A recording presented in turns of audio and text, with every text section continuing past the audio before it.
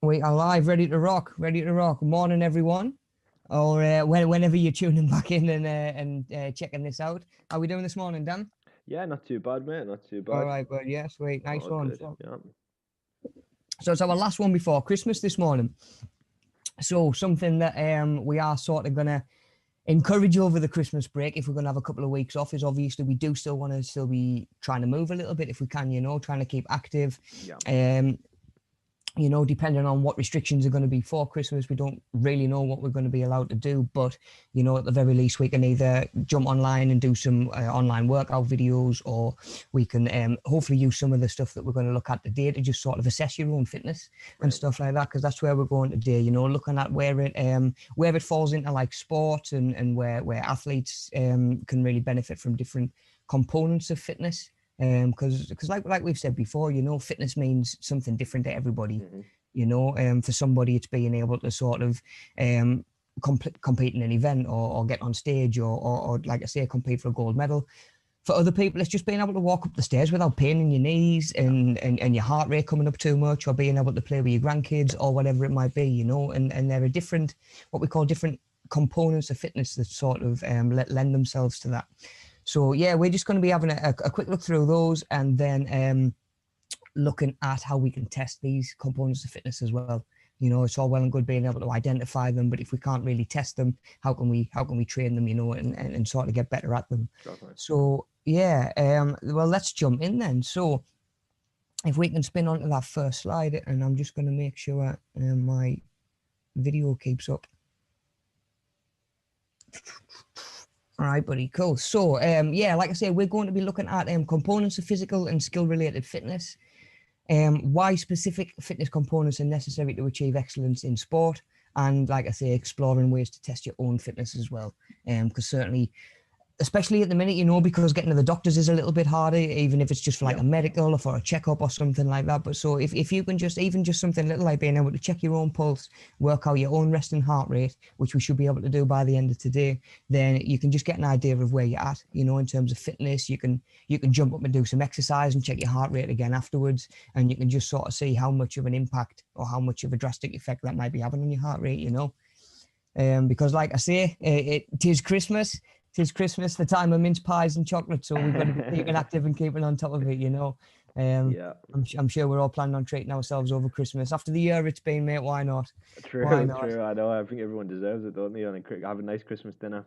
That's it, and I bang on about it all the time, when it comes to balanced diet and everything in moderation and stuff like that. There's no reason that we put in all the effort to be healthy and be fit and try and get the nutrients that we need, but still deprive ourselves of all the stuff that makes us happy. It's the one way, surefire way to sicken ourselves off, and it's one of the fastest ways that I see work. You go dead strict, you say I'm not having any of this, and your new diet or whatever it is you want to call it is going to last a week or two, because you've just cut out everything that you're used to, everything that your body is going to crave. Now obviously to an extent we've got to try and sort of battle those cravings, but yeah, you've got to treat yourself as well, like we say, everything in moderation. That's why they say a balanced diet and not a strict diet. Yeah. So yeah, we aiming to try and keep moving over the break, just for a couple of weeks. Of course the videos will still be there online, all the ones that Media Savvy you've done, all the fitness videos will be there as well, so by all means check them out. There'll be plenty to keep you busy. No need to rush back to the gyms just yet if you're not feeling overly confident. That's it. Yeah. Right, bud. So if we can rock onto the slide that says the 6 components of physical fitness. Yeah, sure thing. We've got Sue in the chat. She says, "Morning, guys. I'm actually on time today." Nice one. Yeah, morning, Sue. Nice one. Thanks for getting in. It won't let me log in as me on YouTube for some reason. So Right. if I was to comment, it wouldn't show up as me. So if I can just sort of keep an eye off, you can shout out what's going Can on. do, mate. Can do. Yeah. Yeah, I can just sort of address things on here. But yeah, nice to have you back, Sue. And typing as well, not just observing. Yeah, that's the one. Yeah. Yeah, cool, nice one. So yeah, just to catch you up, in case you did miss the very start, yeah, we're just looking at different components of fitness, different body types, and just like I say, different aspects of keeping fit and how we can look at them and test them and train them. Okay, so our first one would be aerobic endurance. So this would be sort of your long distance or your long-term ability to cope on a cardiovascular level. So that might be something like a long distance run. Yeah. A marathon. If you're running, more often than not, your heart rate and your being out of breath is going to kick into effect a lot sooner than, say, your muscles in your legs tiring out and stuff like that. So it really is, what we call your aerobic endurance that's going to carry you over that distance. Muscular endurance, how long your muscles are going to work before they sort of start to burn out and tire. Kind of the opposite of aerobic endurance is where your muscles are going to tire out before your CV system. Flexibility, one that I'm sure you've probably come across before, talking sort of like how well you can move at a joint, how well you can move through a certain range of motion, how tight you are, how stiff you are. Something that, say, sort of like a gymnast or something's gonna kind of need an abundance of, same again, sort of working through different areas and certainly using a lot of resistance machines and stuff like that. You tend to just work through a range that machine presets, and you don't really work outside of that range, so stretching is really important for flexibility and stuff like that as well. Then we've got speed. So speed, same again, is the term that I'm sure you've probably come across. It's pretty much just how fast you can move from point A to point B, be that in a 100-meter sprint, or there are other sports, of course, where speed can make a big difference, be it football, basketball, competitive sports, team sports, that sort of thing. But of course, speed can make or break and be the difference in certain sports. Then we've got our muscular strength. So pretty much what it says on the tin, it's just how much weight can you move with a muscle or muscle group, or through a certain lift or certain movement. Maybe it's just for one or two repetitions, just doing it for a short amount of time rather than doing it for a longer amount of time, which would be your muscular endurance. And then your body composition, which is kind of your percentages of sort of fat and muscle and water. So if you've ever heard of anybody say, oh, I'm 18% body fat, 20% body fat, or whatever it is, that's just a reference to body composition. And there's sort of different ways we can test that as well, But I've actually got a bit more of an in-depth description of all of these sort of as we go through. Awesome, so man. If we can spin on to the next one, buddy, we've got, aerobic endurance. So it's the ability of the cardiorespiratory system to efficiently supply nutrients and oxygen to work in muscles during sustained physical activity. So that's what I'm saying. So sort of long term, can we think of a sport that might require aerobic endurance? Off the top of your head, bud, anything? Cycling. That could be one, right? Yeah, definitely, man. Certainly, like a Tour de France or something like that. They've got really strong legs as well, which will segue quite well into the next one, because there's that muscular endurance there as well.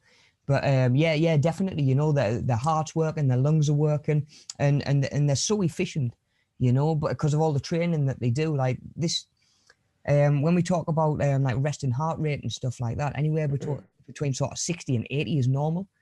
But when you're training for sort of long duration events and stuff like that, your resting heart rate might be like down to 30, 40. Yeah. Do you know what I mean? Just because your body's that used to working under stress that it finds it much easier at a resting state to just get everything around the body where it needs to be, so your heart isn't actually working as hard as normal. I don't know if this is a dumb question, but right. So if you had a lower resting heart rate, would you be less prone to anxiety? So say than someone who doesn't have that, like a lower resting heart rate. Well, it's probably relative, because your natural state is that lower level, right? Yeah, and without sort of analyzing it, you don't really know where your heart rate is. Now, I guess anxiety, no matter where your starting point is, anxiety is probably a little bit more cognitive and in your mind. And it's probably going to raise, whether you start there, your anxiety might bring heart rate up to there. Whether you're there, you're going to bring it up to there. Whether you're more susceptible to it or not, I wouldn't like to say. They say that even the most accomplished performers and athletes and stuff still get anxiety and nerves before performance. You hear about these great public speakers that say, look, of course I still get anxious, I still get jittery, but you learn to harness it and channel it rather than just try and sort of push it down and ignore it, but I'm sure it's something that we can all experience. But there and like sort of anxious response in someone with a really, really low resting heart rate might bring their heart rate up just to somewhere where sort of like mine would be sat on the couch, you know. Yeah, that's a good point actually, mate. Yeah, but it would still be raised in a way from where it was. I'm sure. I hadn't thought about that. Yeah, it's really interesting, man. I feel like people are being more kind of vocal about like the psychological aspects of certain kind of sports as well. Like last year, I watched a lot of MMA. There's Uh-huh. an English fighter called Darren Till from Liverpool, and he was talking about fighting someone, and there was like he had like a post-fight interview that went quite viral, where he was saying about how scared he was to fight him, and he was saying that Really? he was terrified, yeah, and he said he didn't even want to go out, and he said he was thinking of excuses as to why he had an injury. That he Wow. didn't want to go out, Wow. and he admitted that in his post-fight interview, and it Yeah. went viral because everyone was like, "Wow, it's like amazing that he's actually, Yeah. just being like openly, totally honest about that." And something that probably a lot of athletes kind of go through, those kind of psychological kind of things leading up to like fights or big kind Yeah. of sporting Yeah. events, but they don't really speak about it, maybe. Yeah, and when it's come down to it on the day, you know, that guy being as sort of stimulated and sort of on sort of alert as he was and having that anxiety and that fear about going in, it's maybe he's giving him a competitive edge over the guy who's walked into the ring casual, Exactly. calm, thinks Yeah. thinks he's just going to walk it. Do you Yeah, know what I yeah. mean? He's not going to have that. I mean, you've seen someone when they really lose their temper, the strength comes from nowhere. Yeah. Do you know what I mean? And it's funny what the human body is capable of when Yeah. when we're put in that position where it's sort of like sink or swim, react or don't. You know, it's fight or flight, but obviously just coming into like that competitive nature of sports. There's an unbelievable Tyson quote from the Tyson the old Tyson documentary, and it's where he's talking about that he says he's looking at a fighter when he comes in the ring, and obviously you know how much of like a savage Mike Tyson is, and he says that Mm-hmm. he looks at him the whole time, and he says as soon as that guy breaks eye contact, he says he knows he's lost already, and then he says Yeah, that yeah, it's the psychological kind of mind games. But I wanted to say as well, like obviously me and you are both basketball fans. It's a yeah, huge yeah, like the psychological aspect's a massive component of basketball because you always talk about clutch players and how good they are yeah, clutch yeah, certain basketball players. So that kind of being able to perform in like high pressure moments yeah, is so yeah, important to like basketball, like yeah. a buzzer beater or something like that.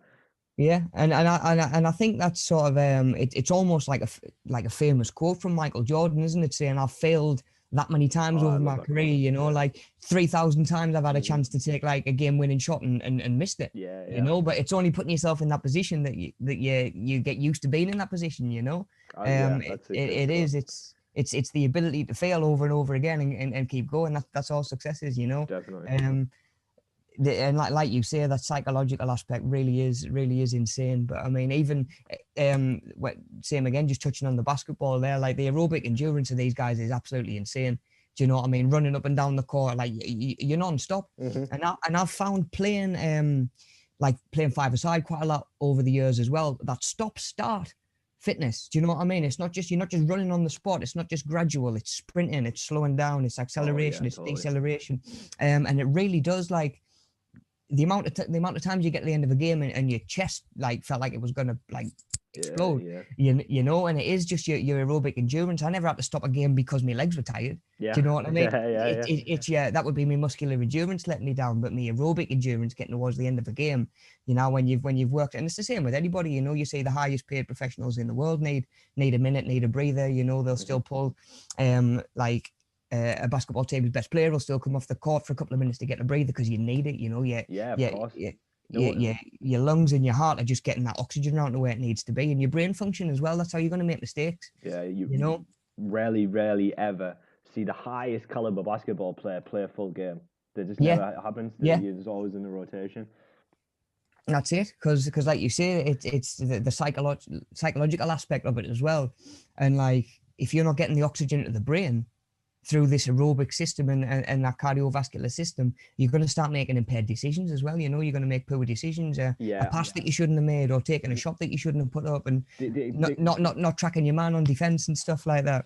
totally, bro. The example that always comes to my mind, which literally I think like there's just nothing could prepare you for that, right? And I honestly think like no matter what, it's just the scariest thing in the world is like being in a World Cup semifinals or like or like even like a quarterfinals group stage, right?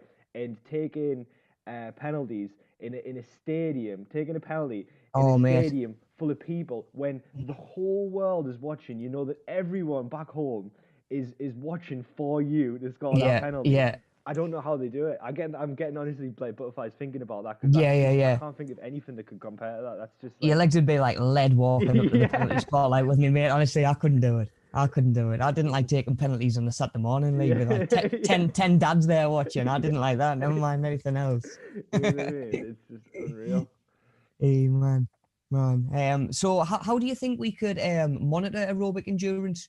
You know, so we're saying that it's important. It can be a really, really key factor in certain different sports.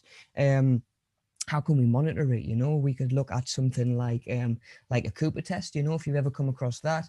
The bleep test is all right for aerobic endurance as well, you know, because Yep. like I say, all you're doing is pretty much challenging your cardiovascular system. It's not so much like you're saying, right, I want to test or I want to check my aerobic endurance. Let's chuck a load of weight on a barbell and see how much I can do for 1 rep max, Yeah. you know. Could you, There are specific ways to monitor different sort of components depending on what you're trying to work towards. And yeah, something like a Cooper test, you know, where you'll set out like a few cones around the perimeter Yeah. and you'll just run around the cones and see how far you can get in in a certain time, you know. And then as time goes on, you're trying to get a little bit faster, and that's how we can track whether you're making sort of progress within this sort of aspect of fitness anyway. definitely. Right, dude, that's been on then. So we'll look at one that Definitely. we've sort of mentioned a little bit already, you know, in muscular endurance. So like I say, that would be kind of your muscles' ability to go long term rather than your heart and your lungs. Yeah. So that might be stuff like circuit training, you know, if you're working for a minute and you're doing kettlebell swings or squats or press ups or whatever it might be, you're not necessarily counting how many repetitions that you're doing. True. But like after a minute of whatever it is that you're doing, your muscles are going to be burning, they're going to feel heavy, you know. You can get that lactic acid buildup, you know, where they might just start to like seize up or lock up. You know, if you've done legs day in the gym, or you've even like I say, you don't even have to go to the gym or anything like that. You might go for a long walk, and then like the rest of the day, your legs might just be a little bit sort of jittery underneath you, and that's just your muscles sort of struggling to keep up, or slowly recovering from the work that you've put them through, you know. So we can say like an ability of a muscle to continue contracting over a period of time against a light to moderate load. So that's not going to be dead heavy. Because if it was dead heavy, you wouldn't be able to do it for a longer amount of time, and we're sort of slipping into muscular strength area there. Yeah. But it's the ability of the muscular system to work efficiently, certainly for like a longer period of time. Yeah. So looking at a sport that may require muscular endurance, again, we can come back to cycling, like you said, buddy, you know, for all the heart and the lungs need to work. You've seen the legs on these guys, man, when they're doing the Tour de France and stuff. It's absolutely insane. Like, and the fact that they can just keep going and going and going. Yeah. These guys wouldn't jump on a leg press and move an insane amount of weight because they haven't trained to do a lot of weight for a little, like for a short amount of time. They're trained to do a little bit of resistance just for a long amount of time. That's you it. know, this is someone who could probably jump on a leg press and knock out 100 reps, no bother. Yeah. You know, but like I say, if you start loading the weight up, slowly they're going to start to drop off because they haven't trained for strength. Of course. You know, so same again, how can we monitor muscular endurance? We can look at stuff like AMRAP and stuff like that, you know, which is many reps as possible. You might say to yourself, look, I'm going to say how many press ups I can do in a minute. And then in a couple of days when I'm fresh and I'm recovered, I'm going to try it again. You know, maybe doing it the next day might work against you a little bit because you'll be a little bit fatigued. You might be a little bit tired. You might have a little bit of soreness from doing it the day before. If you give it a couple of days and wait till you're fresh, you can go again and you can say, are you a little bit better? You know, you can keep going until you are. Do you get 1 or 2 extra reps? And that could be a good way of sort of monitoring your muscular endurance and just sort of how long a muscle can last. You know, if you've ever done sort of even like drop sets and stuff, you know, where you'll do a little bit of weight and then take some weight off to make it more manageable so you can keep going, you know, that's really, really going to hit your muscular endurance because sort of as you hit a wall of being able to do reps at a certain weight, you just dropped it under that weight so you can just say get a few more reps in. You know, and it's, you know, you get the burn and you're not going to get any stronger necessarily from it, but you're just training your muscles to last that little bit longer. You know, so same again, that can come in really handy in certain sports. And then if we spin on from there, dude, we've got flexibility. Yeah, I just wanted to Go on, give. bud. Sue said that just Yeah. while we're talking about muscle endurance, because obviously kind of on the same topic, she was saying that is it better using lower resistance for more reps, Rob? It depends what you're training for. I would definitely say try and get a mix. You know, I can't imagine, Sue, that you're doing anything that needs you to really be under sort of 5 or 8 reps. You know, unless you're training for Mr. Olympia and you've just kept it quiet from us and needed to be. Do you know what I mean? So yeah, unless there's that, or we're hoping to get to the Olympics next time they're allowed to run. You know, I wouldn't worry too much about going really really low weight. In terms of just sort of day to day and sort of functional movement, yeah, I would probably say so. You know, if you're doing certain exercises, or even like I say, I've been hammering the resistance bands recently just because they're so handy, they're so portable, they're cheap enough to sort of get hold of, and that is just simulating just like a little bit of resistance. But you know, if I'm going to do squats, I might do 4 lots of 25. You know, whereas if I had a barbell on my back or if I had a kettlebell in my chest, I'd maybe be doing like sort of 8 to 12 reps. You know, so yeah, I would definitely say for a lot of what certainly people are training for that I come across, you probably would be better off with like a little bit less weight and just trying to get more reps in as well, because you're certainly going to get the cardio effect of that as well. You know, if you can get sort of 20, 25 reps out, you got, like I say, you're just going to work your heart and lungs a little bit harder than doing like 1 or 2 reps really heavy and then putting the bar down. You know, your set might only last 20 seconds. Whereas if you can be working for 45 seconds to a minute, like I say, you're just going to work your heart and your lungs a little bit more as well. And for a lot of us, you know, the more we can get into our training in a shorter time, the better. You know, I myself don't have any interest in going and exercising for 2 hours a day. You know, at the gym, I want to be able to go bang. I want to get in what I need to do in 45 minutes. So if I can be training for a little bit of strength, mainly muscular endurance, you know, I'm doing functional stuff and getting some flexibility. And like you say, just a little bit of muscular endurance in there as well. So like I say, a little bit of a mix, but yeah, I would definitely say for most of us, there's certainly no harm in working towards like a higher reps. Because especially at the minute, who's even got the weight? You know, I don't have a load of weight laid around if I wanted to go heavy. Yep. Do you know what I mean? If I wanted to be strength training, I'd really be struggling because I don't have the kit. You know, so of course it's what's on hand as well. You know, so yeah, you're probably more likely to have, like I did with the fitness video, a tin of beans or a couple of tins of beans. That's just a little bit of resistance, but yeah, we're going to work for 60 seconds, and yeah, you're going to get a little bit of a burn, and that heart rate's coming up as well. So yeah, definitely not a bad way to be training. So definitely. Okay, so flexibility, yeah. So we were on sort of like adequate range of motion in your joints. You know, be it as flexible as, say, like we said earlier on, like a gymnast might be. We don't all need to be that flexible, but you know, like I think I'd mentioned to you the other day, Daniel, actually, when it comes to even just doing certain movements, you know, I used to train a client who couldn't squat because they didn't have the flexibility in their hamstrings. You know, so it can have a knock-on effect in day-to-day stuff as well. You know, how often do we go down to tie our shoelace or something like that, and maybe he's let out a little groan on the way down or on the way back up. Legs clicking, Yeah, well, exactly, yeah, you know, and that stiffness, you know, comes from a lack of flexibility, and tension, you know, tension in the body, throwing your posture off, tension headaches and stuff like that. That can all just come from rigidity, and maybe he's not being as flexible and certainly not as supple as we might be. You know, sort of being able to move a joint through its whole range rather than like getting so far and saying, oh no, that's me. And I mean, like, and same again, I've mentioned it before, like having played football for as much as I did over the years, like I've got quite tight hip flexors. So I've got a little bit of a pelvic tilt, you know, so my hamstrings are really, really tight. So when I go to do certain hamstring exercises, I only get so far. So I can only, looking at it on sort of like a muscular point of view, I can only exercise and strain and stress the muscle fibers that work through that range. So I'm missing out on half of a range through lack of flexibility. So through that, like I say, through that lack of flexibility, I can only work half of a muscle's range, which might mean I only work half the muscle. Yeah. You know, which is the aim of the game, is to tear as many muscle fibers as you can, so they need to repair through protein and come back stronger.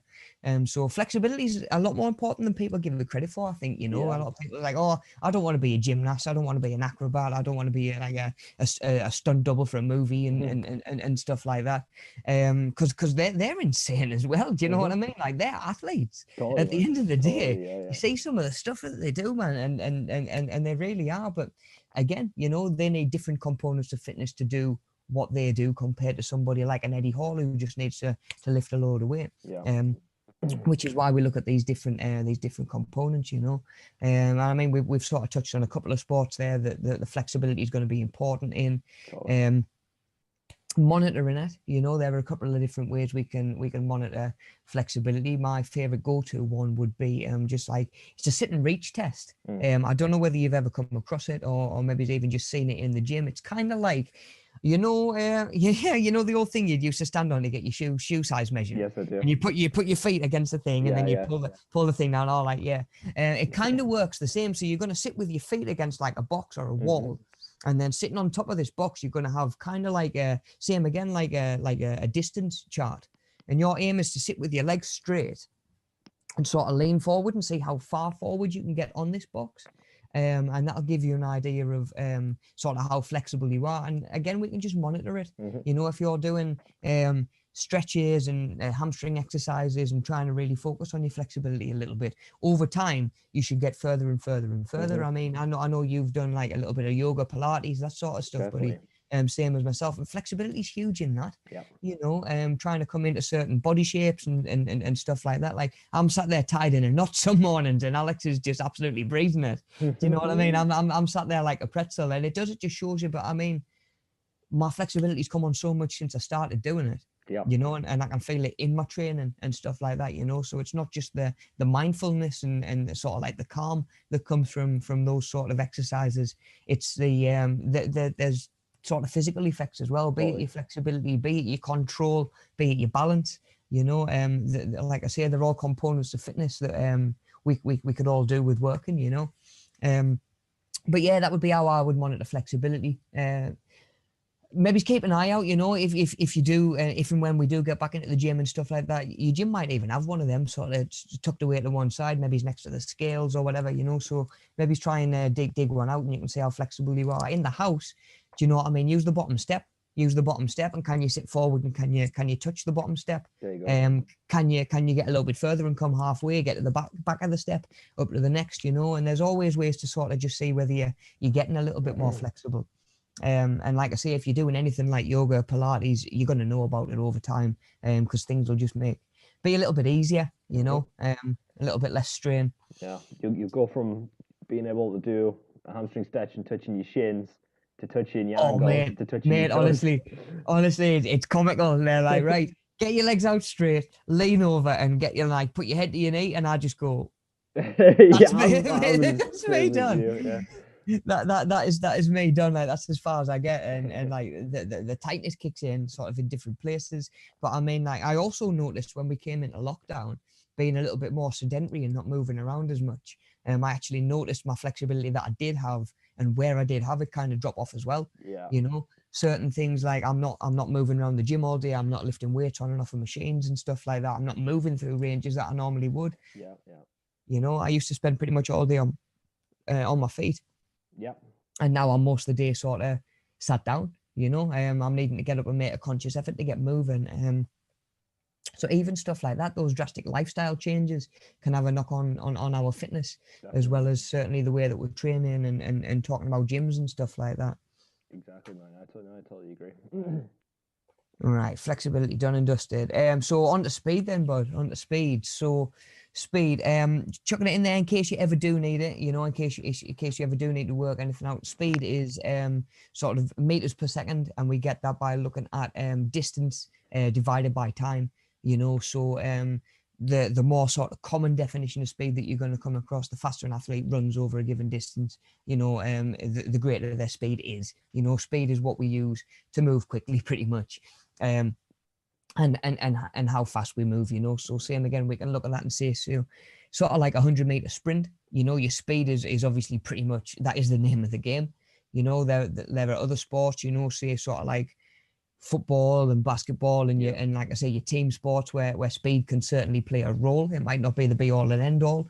You know, you look at teams where sometimes having a fast striker up front, you know, in football, sometimes that can work to your advantage. Sometimes tactically you need to play it a little bit differently, you know, but speed, it's an important component. And again, it just goes to show people's different levels are different. You know, you might have somebody who has got the muscular endurance to play a full and the aerobic endurance to play a full 90 minutes.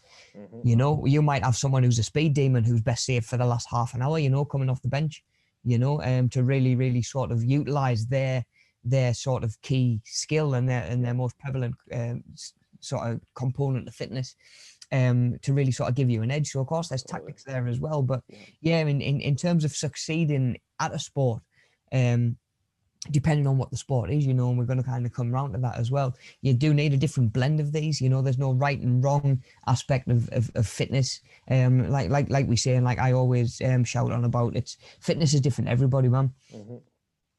So monitoring our speed, you know, same again, I would probably stay away from something like a Cooper test that's sort of more long distance.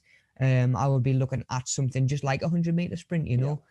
Get yourself over these 100 meters, point A to point B as fast as you can, and we're going to keep monitoring that when you're fresh, when you've recovered from this time, and we're going to just try and hopefully bring that time down a little bit, you know, so you know that your speed is sort of improving. Like you say, someone like Usain Bolt or somebody like that has pretty much made a living just on this alone. You know, like they need the cardiovascular fitness to get the oxygen and the blood around the body to where it needs to be. But without speed, you know, he certainly wouldn't have had the career that he's had.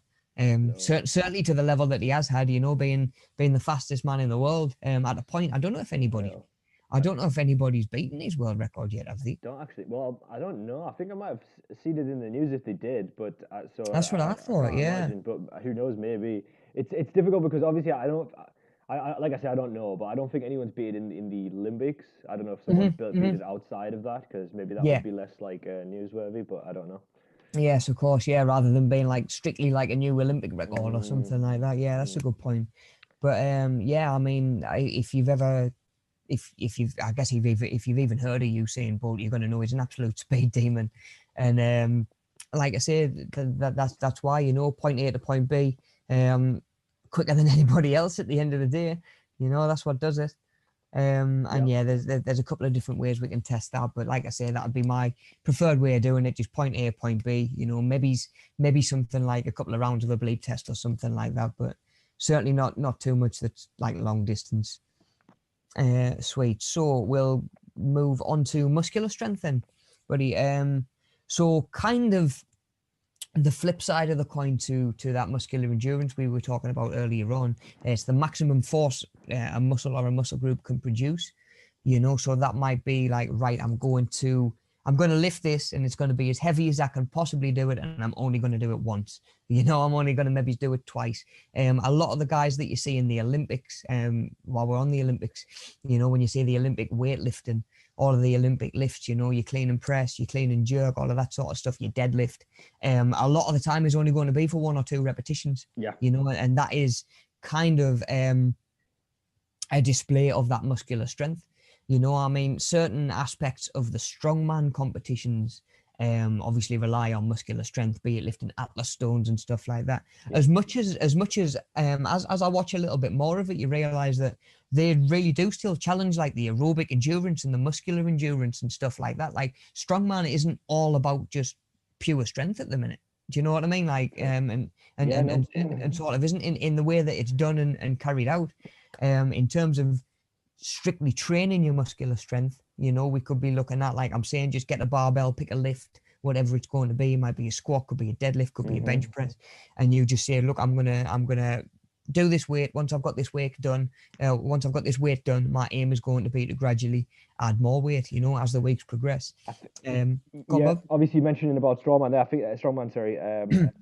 I think that I think you mentioned Atlas stones. Like that's a good one, right? Because obviously you have to pick it up and walk with it and stuff. So it's like Yeah, it's mate, quite that's an just interesting awkward one. as well, though. Do you Yeah, know what I mean? Like, it's exactly. not even like because a barbell, the shape and the design of it lends itself really well to putting the load where you want it. You know, you can get it right on your back. You know, stacked over your hips, stacked over your knees, for squats and stuff like that. An Atlas stone, if you've never seen them, it's kind of like a big. It is exactly what it sounds like. It's kind of like them Swiss balls that you see in the gym that Yeah. people sit on and do abs on, but it's solid and like made of concrete. Yeah. and increasing in size as you go down the line as well, man, which is absolutely brutal. And the strength that you need, but it's technique as well, that Yeah. isn't it? You know, but Totally. you can have all the technique in the world, but to a degree, you do need the muscular strength to back it up. You Exactly, know, man. you see them on a rope pulling like an Eddie Stowbar truck and stuff I like that. know. It's absolutely insane. And like I say, yeah, the endurance of those muscles is Totally. going to kick in. They're not just Totally. doing a lift once or twice like you might see Exactly. someone do in the Olympics and putting the bar down, but your strength needs to be there. Totally. And touching back on what you were saying earlier, Sue, that muscular strength, to train it and develop it, you'd be talking sort of working to those lower repetitions, you know, so you'd be saying like trying to go heavy and like maybe he's working up to 5 reps, you know, maybe he's working up to 5 repetitions. I'd say would probably just be more muscular strength than anything else. And so Gary's popped in the chat and he was saying Yeah, that morning guys. he was saying that no one's even came close. He doesn't think, he says he's not sure if they will come close. He was built different. I think he's always talking about Usain Bolt there. Usain Bolt, yeah, And it's a yeah. good point. And he's saying that in strongman, you don't need to be 7 foot. He says this year's winner's only 6 foot and he's 135 kilos. Wow, really? Because you find that sometimes as well, obviously based on someone's genetics and their build and stuff like that, they can be quite deceptively strong. Do you know what I mean? Like, I've always been like quite slight, quite petite, but deceptively strong for it. You know what I mean? Like even just like when it comes to lifts and stuff like that, a lot of it can come down to sort of like ligament strength and tendons and stuff like that. And certainly, like I say, technique's huge. If you're moving a weight through the range that it should be and utilizing the muscle properly, you're going to be able to lift more weight than if you're kind of off center and trying to recruit other muscles and not firing the muscles that you're trying to work. But yeah, you know, it's not like you say, guys, it's not purely about sheer size and certainly not like your weight nowadays. You know, it's not all about mass that you have. Our strength is all to do with the mass that we can move and how well we can move it. Yeah, I think And that. Sorry, Rob, go on, mate.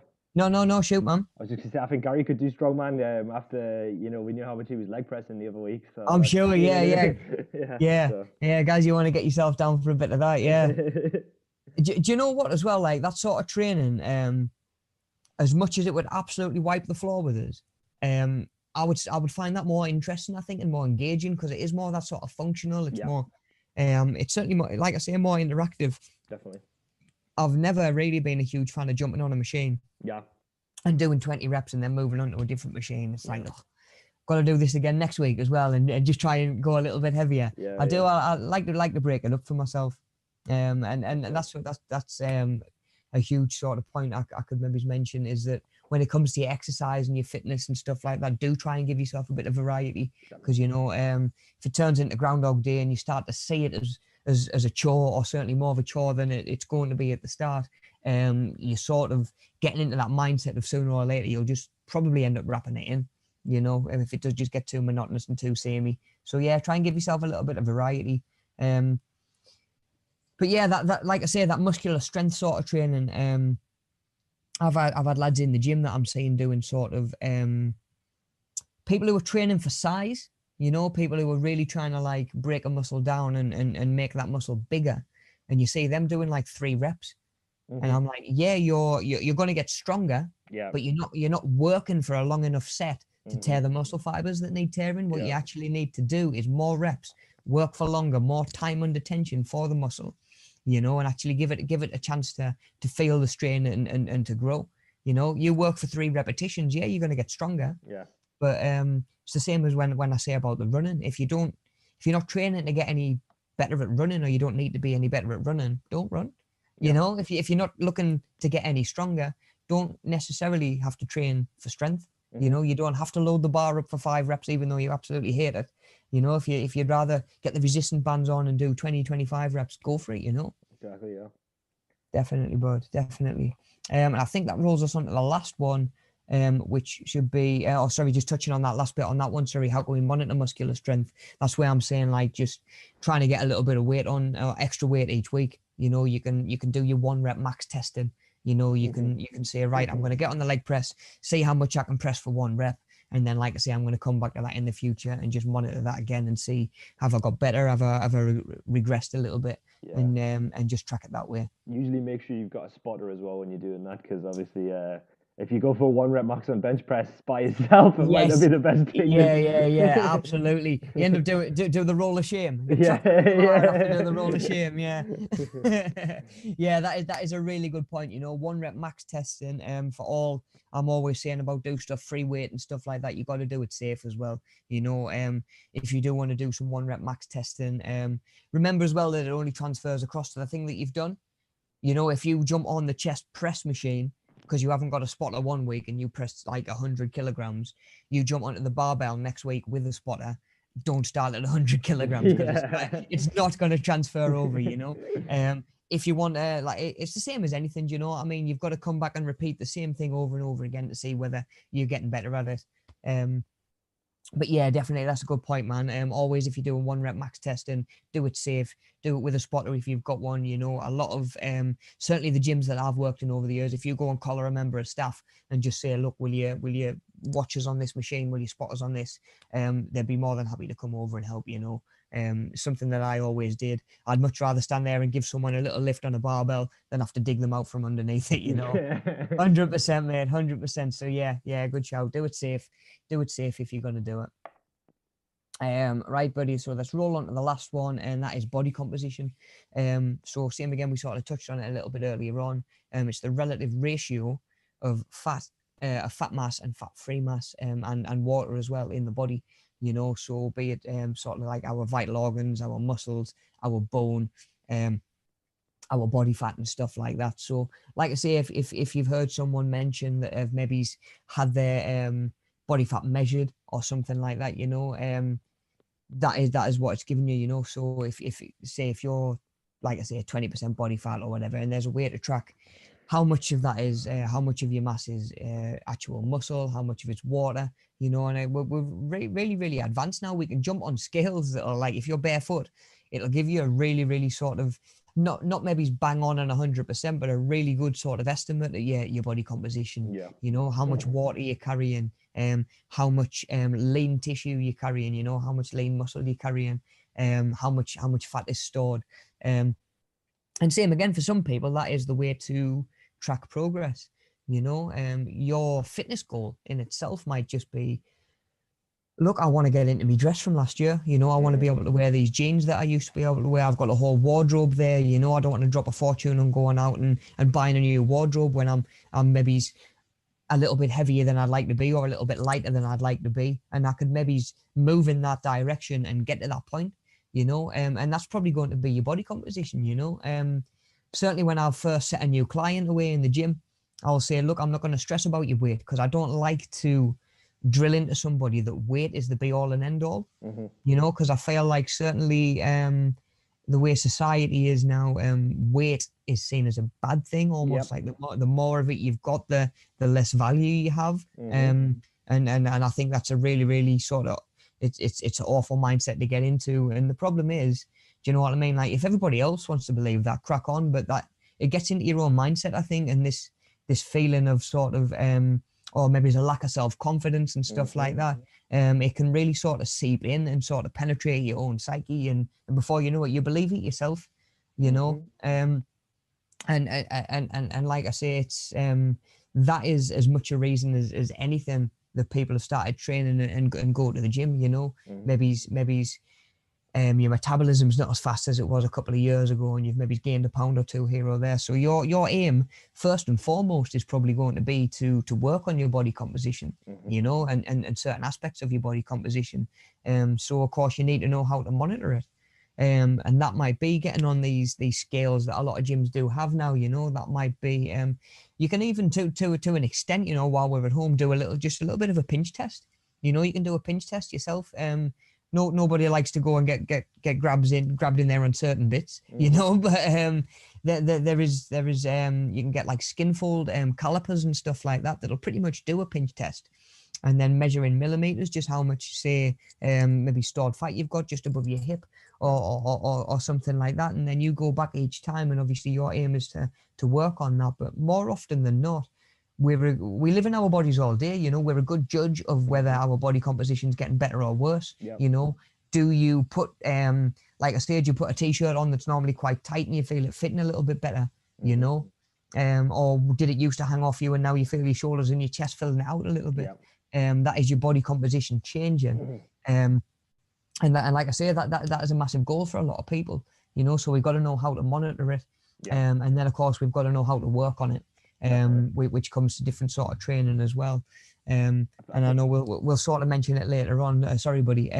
How depending on what your goal is and what component of fitness you're trying to work, your training method needs to kind of match that.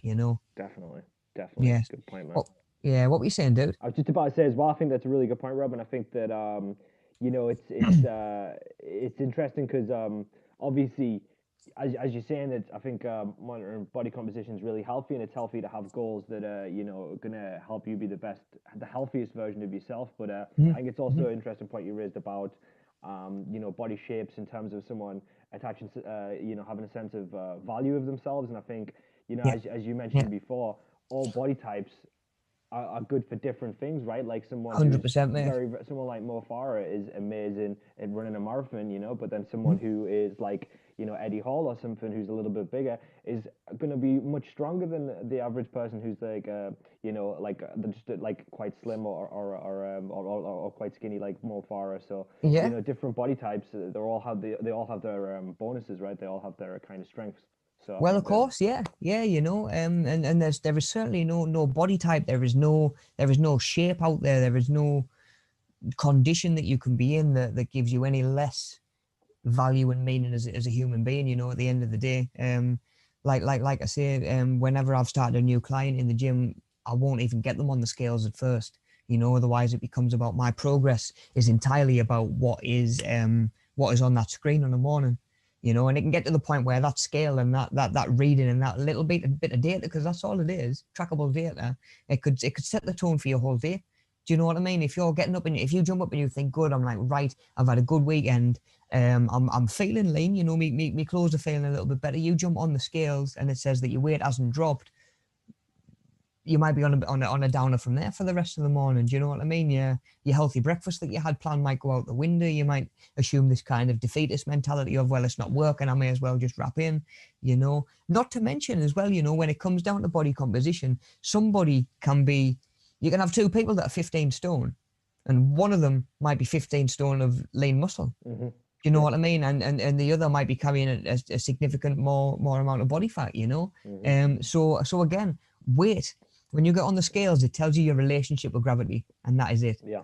That is it, Yes, you can use it. Yeah, you can monitor it. You can use it to track stuff. It's not the be all and end all. Do you know what I mean? Especially when it comes to mental health and stuff like that. Yeah. I'm a huge advocate in measuring other ways other than the scales, just to track your progress without being sort of consumed by a number and whether it goes up or down, because I've seen it happen and it's something to be wary of, Yeah. And again, like I say, your weight is certainly no relationship to your value and even your fitness. Yeah. Do you know what I mean? Like you see, like I say, there will be strong men out there that have got a full keg on them. Do you know what I mean? Like a full, like literally a waist that is bigger than the chest, and like they, like you say, they're going to be naturally sort of built towards other stuff. Yeah. They've got other strengths elsewhere. I mean, yeah, dude, I've honestly, right, in UFC, I've seen professional athletes who are, you'd look at them and you would say that they were fat, because like if there's a guy called Daniel Cormier who was the heavyweight champion, he was the light heavyweight champion. He's got like a big belly like that, right? Yeah, yeah, And he can go 5 20 minute, 20. He can go, 5 minute rounds, and yeah, and he's fit, but he's a bigger guy, and it's like, so yeah. it's like, yeah, Yeah, like that. That's exactly it. Like what the scales tell you, it's got absolutely no relevance on how fit you are. Like I say, it's just telling you how heavy you are, really, at the end yeah, of the yeah. day. Like, which again, it's just a statistic. It's not the be all and end all. All right, buddy. So that'll wrap us up for the physical the physical side of components. If we can just spin on to the next slide, dude. So we've got 5 components of skill related fitness. So we can see there we've got sort of our agility, balance, coordination, power, and reaction time. So same again, I've broken these down on the next few slides. So we can see that with agility, it's the ability of a sports performer or even just an individual to quickly and precisely move or change direction while sort of maintaining their balance. So you're thinking, say, like figure skating is an awesome example, any like ice skating and stuff like that. Being able to move direction quickly and sort of precisely and not lose your balance. Your agility is key, you know. Certainly, like we're saying, a lot of team sports and stuff like that, where you're changing direction quite quick, be it to throw an opponent off to where you're going to go, or be it to just sort of carry out something that you've worked on in training. You've got to have that agility to sort of change directions. You're running back to attack. You're running back on defense, backwards and forwards. Yep. Like I was saying earlier on, it's stopping, starting, it's changing direction. It's not just necessarily running in the same direction, because that deceleration and needing to stop and change direction, that puts strain on joints as well. Yeah. I was actually when Kobe passed away at the start of the year, I was looking at some of his training regimes and stuff like that, and he focused a lot on sort of swift direction changes, Right. agility, and especially deceleration, slowing down safely, Right. in a way that where that potential energy that you've built up through accelerating doesn't just wear on your joints and stuff like that, But yeah, agility, I mean, we all do it from time to time. You maybe go to move in a direction, and you've maybe just miscalculated something and it just throws you off balance a little bit. It's easy done, Yeah. But yeah, there's certain sports where agility is quite sort of prevalent, and really, really sort of helpful. And then we've got balance, which is kind of an extension of agility as well, or something that we need agility for, and when it comes to changing direction. So put it simply, balance is your ability to maintain your center of mass over a base of support. So usually when you think about your own balance, your base of support, your feet. So you're keeping your everything over it. The more you stray from that center, the more off balance you're going to feel, and the more easy you sort of toppled or move from that spot you're going to be. Definitely. And then we've got our two kinds of balance. So we've got our static balance, which would be like a handstand, where it's control, maybe it's even a plank to a degree, being able to just maintain that shape, because certainly the first time you do a plank, it's not easy. No. The position, it's hard to engage the muscles that you need to, and you need that balance there as well. And then you've got your dynamic balance, which is you're balancing but while you're still moving. Obviously an example could be like a cartwheel or something like that. I always think of, say, a lot of the floor work that they do in gymnastics, and their floor routines that they do. It's a lot of dynamic balance there. Sort of like the Olympic rings, the Olympic rings that they use, that is all balance and control. Because no matter how easy they make it look, them rings that they hang from, they're not fixed to anything really. They want to move. They want to move. It's just the balance and the control in the athlete that's keeping them where they are. Yeah. Yeah. And then you've got, like, say, sort of like even stuff like Olympic diving and stuff like that requires balance and control. If you go to do a jump or a flip or a spin or something like that, you've got to be in control of it, and that actually takes control, and that does take balance. So same again, balance, it comes into play a lot more than we realize. One of the most rewarding things that I've ever had in my career as a PT was I used to work with a blind lady. Wow. Who how it started was the gym had a policy that she obviously couldn't be on the gym floor unsupervised. Of course, yeah. Now, all the PTs in the gym at the time were self-employed. So the gym was in no position to say, look, it's your job to take this woman around and show her how the gym floor works. So I actually, I approached a carer and just said, it was just as I was starting, you know, and I was free for the day. I was going through, I was maybe have a PT on a morning and then a couple of hours in the afternoon, but I was driving through to Sunderland. So I was like, I don't want to drive there to drive back to drive there again. So I'd said, look, I'm about all day. Yeah. I'm going to be kicking about all day on these days. Get Dot in for a certain time, what this lady's name was, and I said I'll take her on the gym floor and I'll take her around. You know what I mean? Yeah. Even if it's just like an induction style and I do half an hour, 40 minutes. Do you know what I mean? She was an old woman. She was she wasn't going to be coming in and doing an hour, 2 hours at a time. You know, so.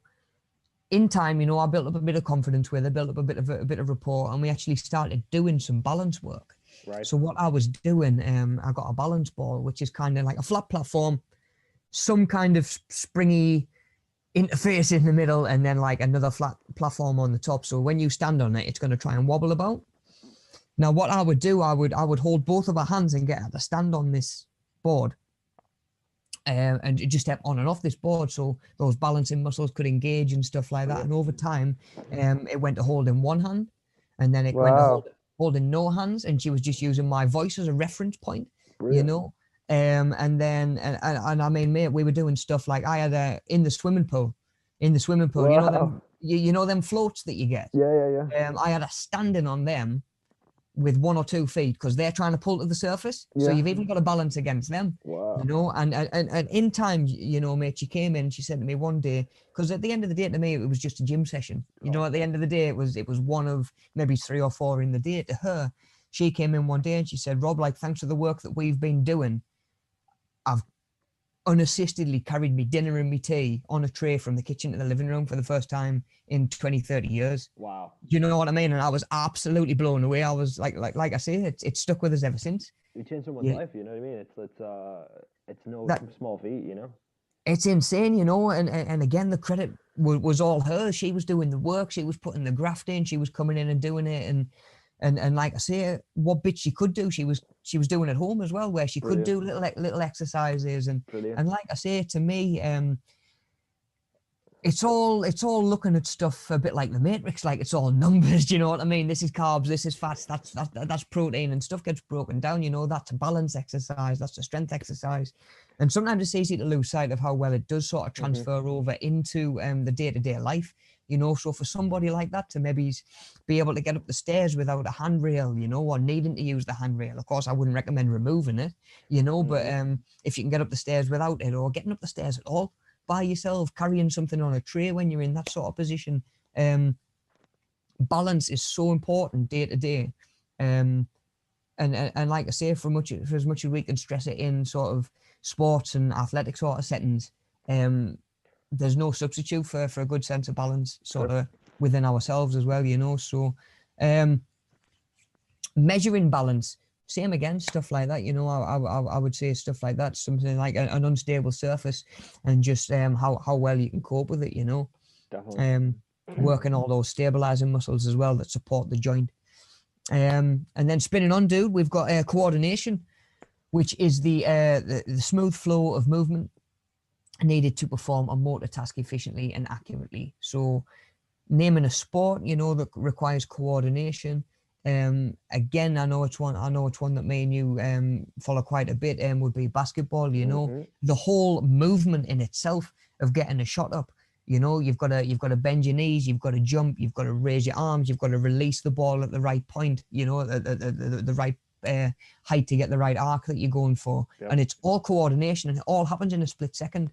You know, they don't have time to stop and think about these things as much, you know. A lot of it is muscle memory from repetition, from doing it in the gym over and over and over again, and just running the same stuff.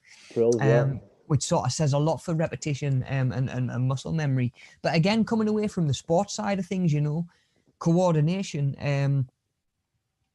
is big in certainly musical instruments.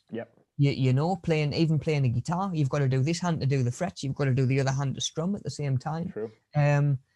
I've played drums for quite a few years, you know, so that hand coordination is probably a little bit more developed than it would be, you know.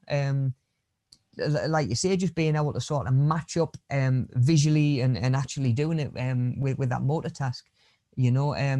It's all coordination, you know. Dancing's coordination as well, you know, for as much as certainly dancing's a good form of fitness. And like I say, I'd be lying if there hasn't been a few days in lockdown we've cracked the tunes on in the kitchen and had a good boogie, like. But it brings your heart rate. It was like, hey mate, the Christmas tunes at the minute, you've got to, you've got to. But like, same again, the heart rate comes up. You know, you look at professional dancers and stuff like that, like the training that they go through, man. It's absolutely insane. It's a different level of fitness. No, it is, you know. So, but it's all coordination. You know, if you look on like a Strictly Come Dancing or something like that, where they get people who don't normally dance, and you pair them up with professional dancers, more often than not, you can see the difference just watching it. You know, and obviously the judges will be able to pull out who's got more coordination than others and stuff like that. So yeah, again, it's not just necessarily strictly in like a sports setting. It's go on, bud. Yeah, I mean, I'm not like a massive fan of it, but if you look at like something like K-pop, right? They all so good. They'll do like a live show, and they'll, you know, the whole show they'll dance to every song as well. So they'll dance and sing, and it's like, it looks exhausting, you know what I mean? And it's like quite energetic dancing as well. And if you're constantly dancing for like 2-3 hours, it's like it's pretty good going, you know what I mean? Yeah, definitely. I mean, Michael Jackson used to, he would obviously moving around stage quite a lot. There was a couple of tracks that he did that he wanted to sing live because he didn't buy into all this what do you call it, like miming and stuff like that, lip syncing. But some of the dance routines were that strenuous, he had to. You know, doing something like a Smooth Criminal, or I think that was one of them. I don't know whether Thriller got that way in the end, because Thriller's obviously like a big old like a big old like a routine as well. And there was some that he was just that out of breath, he couldn't sing to the level that he wanted to. So you make the sacrifice of, right, I'll dance to the level that I want to, and I'll just have to compromise there, given that the people that have gone to see him have probably gone to see him dance and move as much as sing, you know. But yeah, again, coordination comes into that, choreography. You know, if you're going to be a dancer that's working with anybody other than one other person, you need that coordination to work around them and timing and stuff like that. And it's all that coordination, you know. Okay, cool. So touched on a few there that would probably involve a bit of coordination. So we'll move on to power then. So the work done in a unit of time, and it's calculated. Power is going to be our force in kilograms, our distance in meters divided by time. You know, in minutes or seconds, however we're going to do it. Now, power, same again, you would think of probably on a more basic level, sort of like one lift, you know, one lift, I'm going to just get this up as quick as I can, you know, and I know that I'm generating X amount of force because that's how much weight I've moved on the bar. I'm generating at least that much amount of force in this amount of time, you know, it's in, it's up, it's done. Coming away from that a little bit, I don't know whether I've mentioned, actually, we got some watt bikes in the gym last year, and they're absolutely brutal, because what they do, they literally measure your power output in wattage. You know, like you would be powering a light or something like that. And what it does, it works out the average of your time on the bike. So you could jump on and go 30 seconds and just go absolutely mental, and it would tell you what your average output was for that. Or you could sit there and you could do half an hour and you could see how much your output was for that, and that was pretty much measuring power. It's interesting, because what we did, we did a competition between PTs, sort of like different aspects. It was like a mini Olympics, actually. We sort of got forced into doing it. But yeah, these watt bikes, they actually got the better of me, because I was spinning 3 times a week. I'm like, oh, it's a bike, I'll be fine. Do you know what I mean? I'll absolutely rinse these other couple. And what actually happened, because, mate, through all the spinning and stuff like that, my cardiovascular system, same again, coming back to aerobic endurance, was quite fit and was coping really well. What didn't cope so well was the fact that like I say, they measure power output, and my legs just simply aren't as strong as someone who's got a foot of extra height in me. Do you know what I mean? Or Makes sense, yeah. or maybe say an extra 20, 30 kilograms on top of what I weigh. So as fit as I am and was, I just wasn't generating the power on this bike to hit the numbers that I wanted, you know. On a spin bike or if it was duration, different story. Yeah. You know, so yeah, it was actually my muscular endurance that was getting the better of us then, when my aerobic endurance was coping all right. But yeah, those bikes were pretty much just measuring our power output. Right. You know, so same again when it comes to power. I mean, them punch bags, you know, that you're saying, like pubs and nightclubs and stuff like that. That's all that measures power. Yeah, you know, that's a good point. How much force you've relayed onto the bag and how fast the bag has moved, and it works out the power that way. You know, similar sort of thing. So one of the best examples you could probably think of when it comes to power would be something like a martial art or a boxing. Yep. You know, was Bruce Lee did the famous 6-inch punch. The 1-inch punch. Yeah. The 1-inch punch, was it? Yeah. He's like, I don't need them extra 5 inches. 6-inch punch, bang. The 1-inch punch. Wow. Well, I didn't realize it was to generate that much, because that's what it is. It generates that much power in such a short distance in such a short time. It's absolutely insane. But that's what that is, power at the end of the day. If you're gonna exert the energy to throw a punch at an opponent, you want it to hit and you want it to register with as much power as possible. You know, to sort of send them reeling. So a boxer is going to want to work on his power, you know, or like kicks and stuff like you say with UFC and MMA and stuff like that, you know. Definitely. Guess you could think maybe the Greek freak going up for a dunk, and he needs to like kind of get over people. He has to have like a certain amount of power to kind of reach the hoop. And, absolutely, Giannis. He is a 5-year contract, hasn't he? He has biggest in history. Yeah. Pretty crazy. Yeah, he is. He's an absolute monster. They've done well to nail him down for another 5 years. But he's a prime example of it. You know, you've only got to look at typical big men. I mean, I think even outside of the NBA realm, I think everybody by this point has heard of Shaq. Yeah, do you know what I mean? Who hasn't heard of Shaquille O'Neal by this point? Exactly. He's a big guy. He was a big center. They had to make rules that changed the game to stop him absolutely taking the mick just because it was power. Do you know what I mean? He wasn't fit. He couldn't run the plays that Kobe could. He didn't have the endurance. He didn't have the energy and the staying power. But he was just power. Do you know what I mean? You put the ball in his hands, and if there's 4 people between him and the rim, he's going to get to the rim. He's going to find a way to the rim and get the 2 points, you know. Backboard breaker. So it does. Glass shatterer. It does. It just shows that these components of fitness don't all go hand in hand. You don't have to have all of them. Again, it depends what your role is, what your sport is, what your goal is, what you're trying to get better at. And like I say, it's not like a one size fits all, and everybody's going to be absolutely amazing at all of these, you know. And then, so that was power. And then the last one for those skill-related fitness components would be reaction time. So that is kind of like more like just like your reflexes.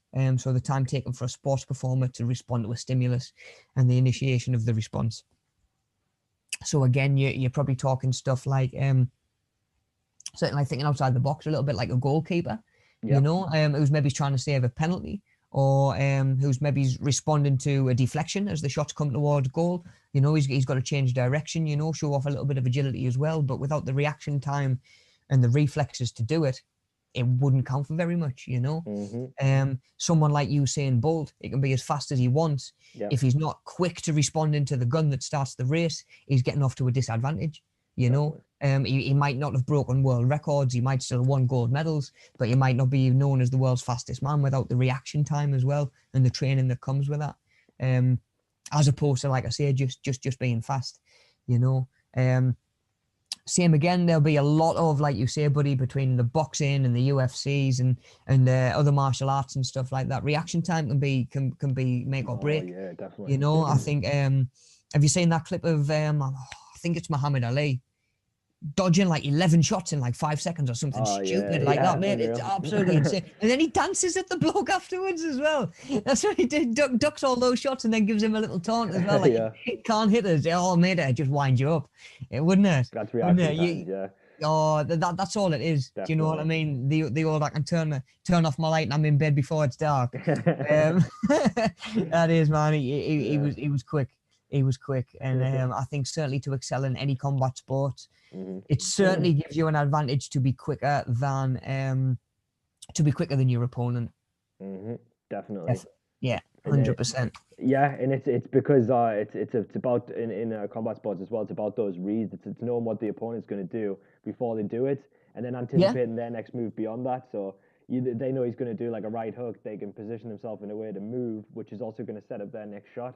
So it's like it's and thinking of that in real time is unreal. Like to think that not only to anticipate what they're going to do, but how you're going to react to it. So it's like that's the crazy thing. It's such a quick sort of chain reaction, isn't it? Definitely. Like for a split second, like when you shape up to throw a punch, like you say, the guy not only knows how he's going to dodge that punch, but he's also got things in place for his next move. He knows how he's going to counter. He doesn't just know how he's going to avoid. He knows how to counter. And again, you need the coordination to pull that off. But without the reaction time, do you know what I mean? You can have all these things in your mind. You can have all the training in the world. You can have run these sets, and without the reaction time, you just get a punch to the side of the face, pretty much. Do you know what it is as well?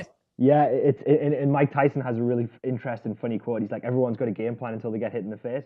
But the thing is though, what's so interesting is because you see fighters when they're in that kind of flow state, they can react and they can do good reads and be able to move and anticipate what the opponent's going to do. But something that's so interesting is because we've spoken today a little bit about conditioning, and their body's conditioned in a way. So say, for example, if they've got a big left hook, if they're starting to get beat up, they start to forget about some of that stuff, and they start to stop reading them, and you see them go back to old tricks and look for stuff that they know has worked for them before, so they'll end up looking for that left hook when they're getting beat up because they think like they're unable to have that clarity to make the reads that they need to be able to kind of fight smart.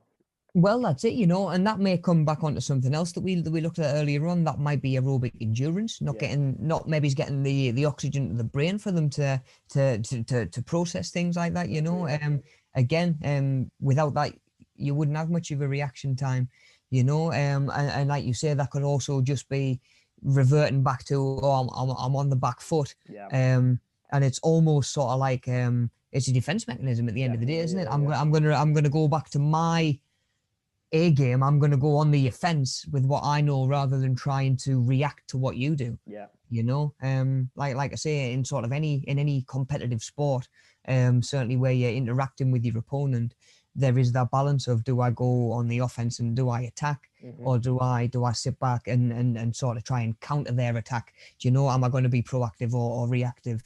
And again, your reaction time can be really important in both of those processes. Yeah, it's such like a stupid comparison, but like when I'm playing FIFA, it's the same thing for me, right? Because like when I'm playing, I'm doing what I'm kind of playing against the opponent. I'm passing around the ball. I'm doing well, but then as soon as I'm getting beat like 3-0, I start bombing down the wings all the time, and I'm just trying to cheese it, and that's when I start getting beat even worse. So. Yeah, long ball over the top. That's the one. That's the one. Yeah. That's the one. Route A. Yeah, exactly. Yeah, the old Sam Allardyce. Yeah, class, man, class. Right, buddy. I think that'll about wrap us up for that little section then. So just a couple of things that I did want to mention before we roll on to because we've got a new workbook to look at this week. I just want to blast through these last few slides. So I've sort of mentioned it as we've gone on, and we don't need to look into it too much deeper. But just mentioning again that the fitness training method being used should meet the needs of the performer, or certainly yourself and your goals. And the requirements of the job or the role it is that you're wanting to get better at. For example, if you're trying to work and improve your muscular endurance, go with circuit training, rather than where you're going to get a lot of reps in, you're working for a longer amount of time, again, rather than just chucking a load of weight on a bar and saying, I'm only going to lift it once or twice. Yeah, you'll improve your muscular strength. That'll get better. But your endurance probably not so much, And the last thing I've ever want to see anybody doing in a gym when they're or in their fitness when they're trying to spend the time for themselves and make an effort for themselves is wasting the time, to get to the end of it and say, well, I've got no more muscular endurance than when I started. My legs still start burning halfway through like a walk. And it's like, well, I've done 1 rep max squat training for the last 6 months. Yeah, your endurance isn't going to get much better, you know. You've got to sort of try and make it specific to the component that you're trying to improve and engage in. Yeah, sweet. Okay, mate. So we'll roll on next slide. And we've got same again, coming back to that body composition and sort of performance within sports and athletes and stuff like that. You mentioned yourself earlier on, buddy, that we've got different body types, all different shapes. You know, people do come in all sorts of shapes and sizes, and they naturally tend to fall into a mixture, usually 2, but more often more one than the other. Into these groups of people, you know, different body types. So we've got our Endor Morphs, which are like they're a rounder body with a waist often bigger than the chest. These people tend to have sort of shorter arms and legs with sort of like the extremities of the limbs being quite short, you know, be it the forearm or the lower leg.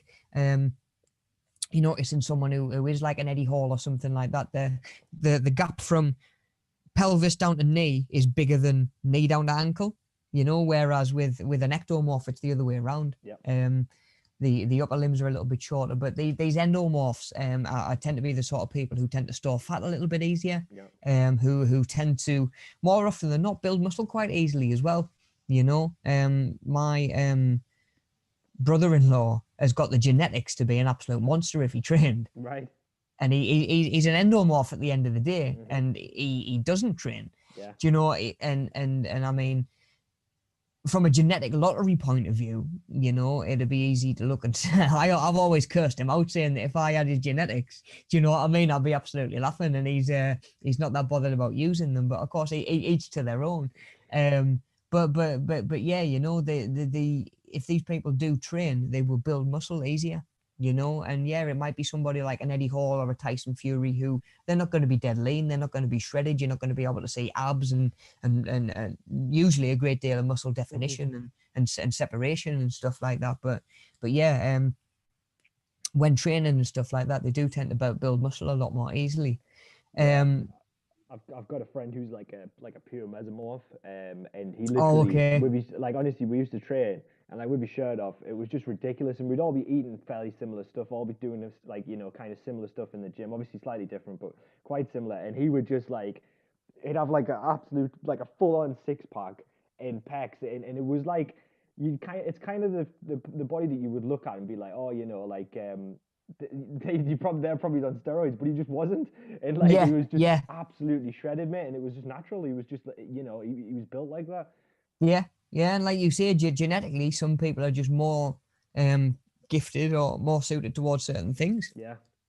Like you say, so a mesomorph that Daniel's describing there would be like, I say like an average build, but with natural sort of muscle definition and strength.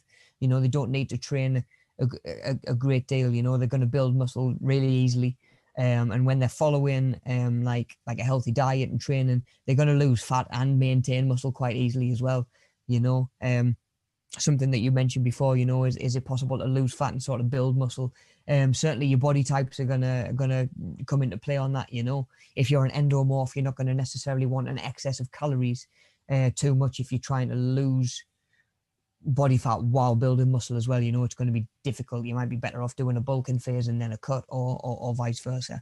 And then you've got people like myself, you know, a self-realized ectomorph, you know, naturally thin. It's genetic, you know. At the end of the day, my mom's quite small and quite petite, and so is my dad.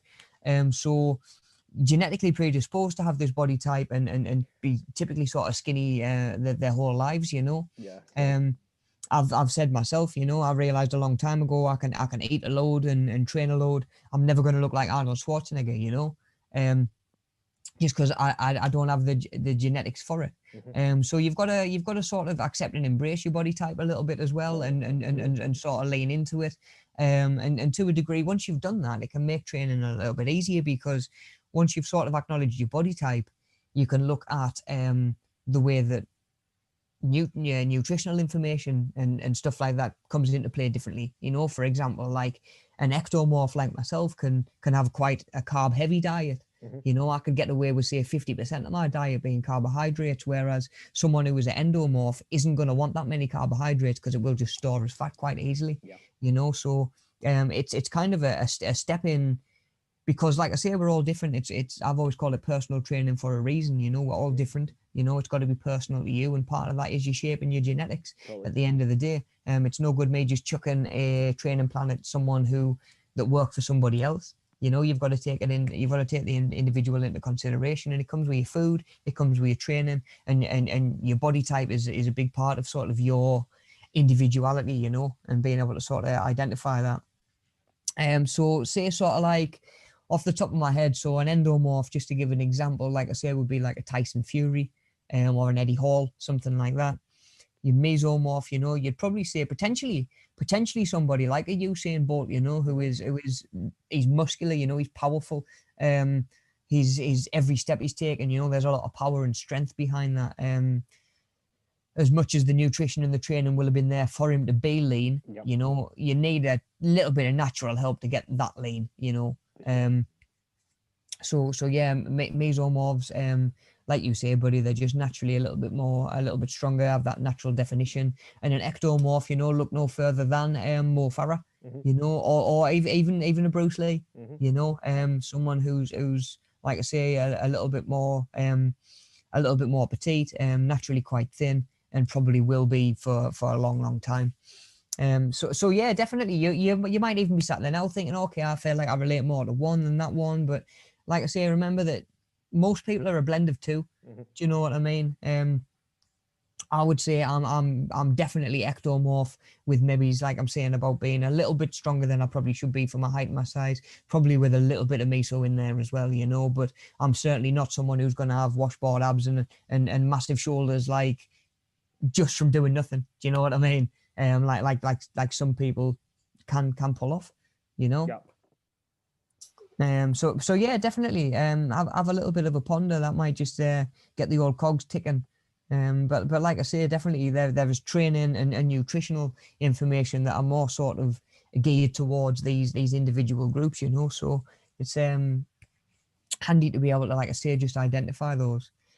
And then we'll spin on to the next slide, dude, where we've got our fitness testing methods, you know. So sort of coming back to what we were on about earlier on, you know, there's a lot of different ways we can test our fitness and our progress and all these different components of fitness. You know, we've got we can work out our resting heart rate, you know, which can give us a good example of how fit we are. Our blood pressure, you know, if we go to even if you go for a medical or something like that, you know, they'll a chance to check your blood pressure, your BMI, you know, for as much as it not being the most accurate scale in the world, it's a good rough indicator of whether you're a healthy weight for your height, you know. And again, we're going to sort of look at that a little bit when we get into this workbook at the end of the session. Our 1 rep max, you know, something that I've mentioned a couple of times. How much weight can you move for 1 repetition or for one of that exercise, whatever it might be? You know, it could be a squat, it could be a bench press. And again, a good way to just checking your muscular strength. We've got the sit and reach test, which I was on about for flexibility, you know, just saying how far you can get. Can you get a little bit further every time? And then the skin fold calipers as well, which I've sort of mentioned as the morning's gone on, where we just it's kind of like a set of tweezers, you know, just like a big set of tweezers, but it's got like a measuring like chart in the middle as well, so you can nip. Say they'll normally pick like an inch or two just above like the top of your pelvis. Yeah. Because that is just a really common area for your body to store fat for use later on. And then you just nip it down to where it won't nip any further, and it'll tell you like 3 millimeters, 6 millimeters, whatever it might be. And from there you can either just use that measurement, or you can work out your body fat percentage using weight and stuff like that as well. So yeah, we can pretty much all the components of fitness that are out there that we've talked about this morning can be sort of tracked and improved and worked on and stuff like that. And again, it's when it comes to testing as well as training, try and make sure it's relating specifically to the component being tested. You know, again, if you want to check someone's body composition, you know, To a degree, you could make the argument that having a little bit of body fat on your abdomen is going to stop you sitting forward and reaching as far. But certainly to test someone's body composition, I wouldn't be going to a sit and reach test. You know, I would be going for the skin fold calipers, just the same as if I wanted to work out, you know, someone's 1 rep max. I wouldn't be putting them on a treadmill for an hour and saying, see how far you can run. Definitely. You know. So yeah, if you're trying to test any of these components of fitness, just make sure that the way that you're testing them is sort of specific to what it is that you're trying to test.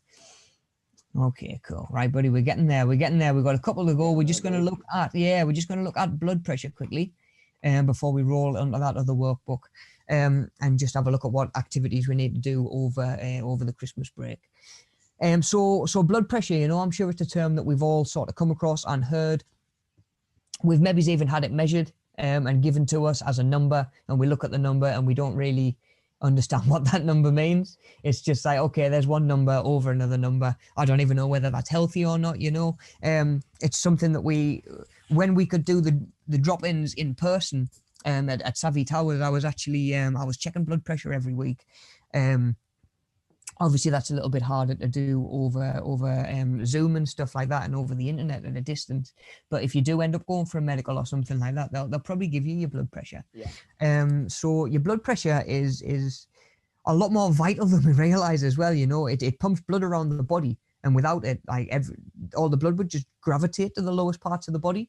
You know, so it would all be in like your feet and your legs and stuff like that. And of course, we know it's needed elsewhere. So the pressure is greatest at the aorta, and I know we've looked at the heart and covered all the heart stuff.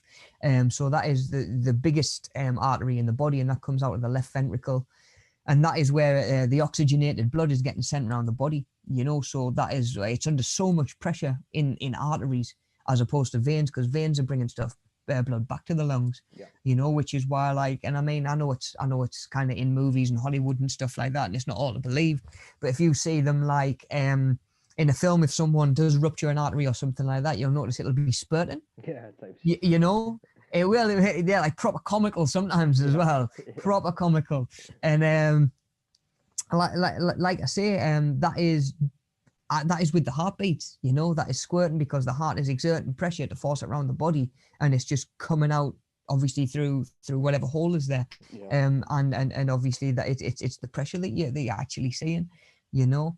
When it sort of makes you realize as well, if your blood has to work under this much pressure to force stuff around your body, that's why we've got to be careful about having blockages in our blood vessels, you know, from poor diet and stuff like that. You don't want fats clogging you up, because there's already enough pressure in there.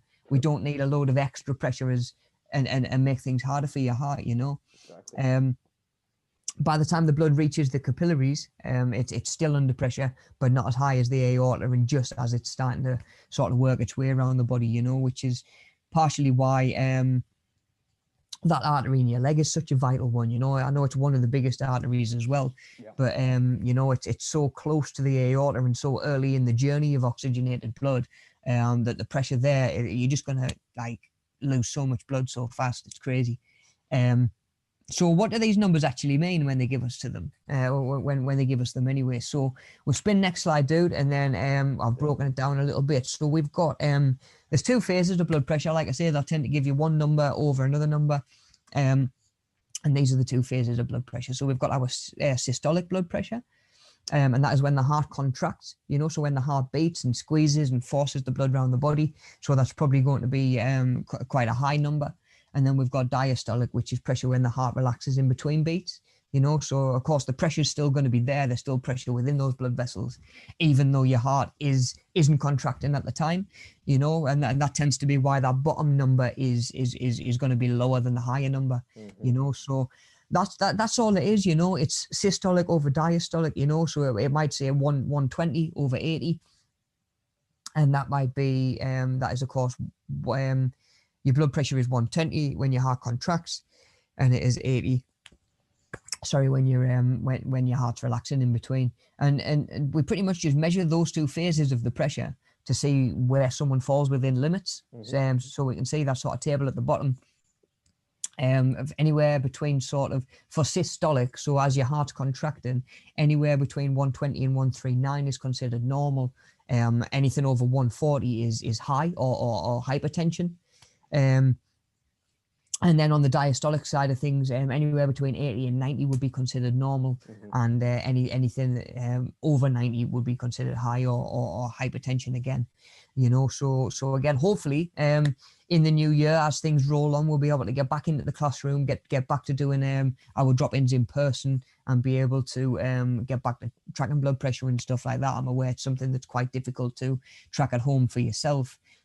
Which is why we're going to just spin onto the workbook that we're going to look at over Christmas, and look at how to do your resting heart rate as well, and we're actually going to track that in there.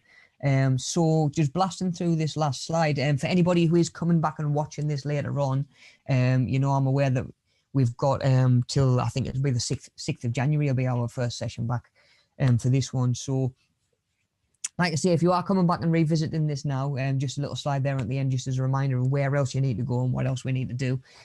So we've got the planning your own fitness program workbook, and we're gonna get pages 2 to 7 done before we get back for our next session. And of course, sort of while we're on it, once we've covered checking your heart rate and stuff like that, we've got a fitness video to roll at the end of the session again. So check your heart rate again afterwards to see how much it's changed. You know, say how much your heart rate does shoot up when you are exercising. Especially now we've got a bit better of an idea about all these different components of fitness. Cool, buddy. That'll about do us for that then. If you don't mind just booting up that workbook on your end. Yeah. Because it is a brand new one. We've done how the body works. That should be done and dusted. So it'll be a case of just sticking your name in at the top. There we go. I'll just give the live stream a second to catch up. I think I might be a little bit behind again. And I'll just see what you guys can see as well. Cool. So once we've got this workbook up. Just get it up. Give me 2 seconds. Yeah. No sweat. Sorry, I'm just finding it. Yeah, no worries.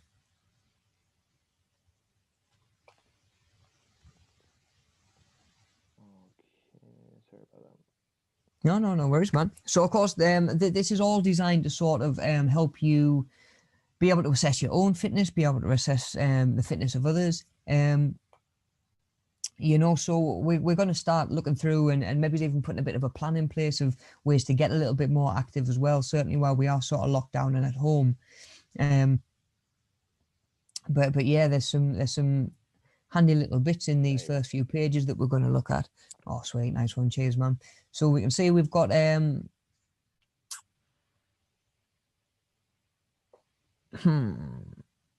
sent the wrong workbook, I think. Oh, right, really? I think so, mate. Yeah, I think so. Man. Hang fire 2 seconds. If I blast it over now, can you shoot it up? Yeah, sweet, man. Cheers, dude. You just email it over, bud. Yeah, we'll do, man. So that is the workbook that should be done anyway. We can have one last little look at that. Right, buddy, that's on its way over now. Cool. Sweet. And that should be planning your own fitness program. So yeah, that workbook is the one that should be done. Just while it's up there as well, the how the body works. We've done pretty much all the sessions have covered everything in that book up to now. So yeah, we should be able to go back and work that through, even if we're doing it sort of retrospectively. You know, if there's any sessions that you did miss, it's all there. Go back and work it out. I've tried to make sure that the information is on slides and stuff like that, so you've not maybe got to sift through 2 hours of talking and stuff like that. You should be able to pull up anything that you need pretty quickly, and just cover those activities in that booklet. But that booklet there, the how the body works, should be done and just about dusted. And of course, if you're struggling with that, maybe don't wait until the end of the course. You know, shoot it over. I don't mind sitting and looking at a few bits over Christmas break. If you're like not sure on answers or whatever, send it over, and I'm more than happy to sit and have a look through and just, like I say, mark some stuff off, get it done. You know. We've got it up there, mate. Yeah. Sweet, nice one, buddy. Thank you very much. Sorry about that. It's all good. Okay, cool. So we've got planning your own fitness program. So we are going to be name at the top. Just chuck your name on at the top as you do. and then we're going to just start page 2 and work our way through to page 7. So what we've got activity 1, components of physical fitness. So like I say, we'll be just going through, breaking down what they are a little bit more, put a description in there, and then a suggested sport that you think utilizes those. All of those went down to activity 2. So where you can, I'm aware that some of these are going to be hard to do at home. Where you can, it's a good way to just assessing your own fitness levels. So, again, in muscular endurance, we could do at home testing things like press-ups or sit-ups in 60 seconds, training for endurance. Muscular strength would be 1 rep max. Same again, quite sort of difficult to do at the minute, but also very sort of specific for why you would be training for muscular strength anyway. You know what I'm saying? We're sort of like, a lot of us will get benefit from muscular endurance enough without needing to just go really, really heavy and do 1 or 2 reps. We tend to get a lot more benefit from working for longer, like we were sort of saying to Sue earlier on. Body composition, if you do have any biometric scales at home, you can use that. Everything I said earlier on, obviously, about weight and stuff like that, but weight is still something that can be tracked, just to give you an idea what direction things are going in. You might be able to jump on and get like your body fat measurements and stuff like that from your scales if you've got fancy scales. Aerobic endurance, it might just be going out for your walk or going out for your run and trying to do it in a little bit of a better time, because I'm hoping we're all still trying to get out there and get some fresh air when we can. I know the weather makes it hard sometimes as well. But, there are different ways that we can still test these different components of fitness.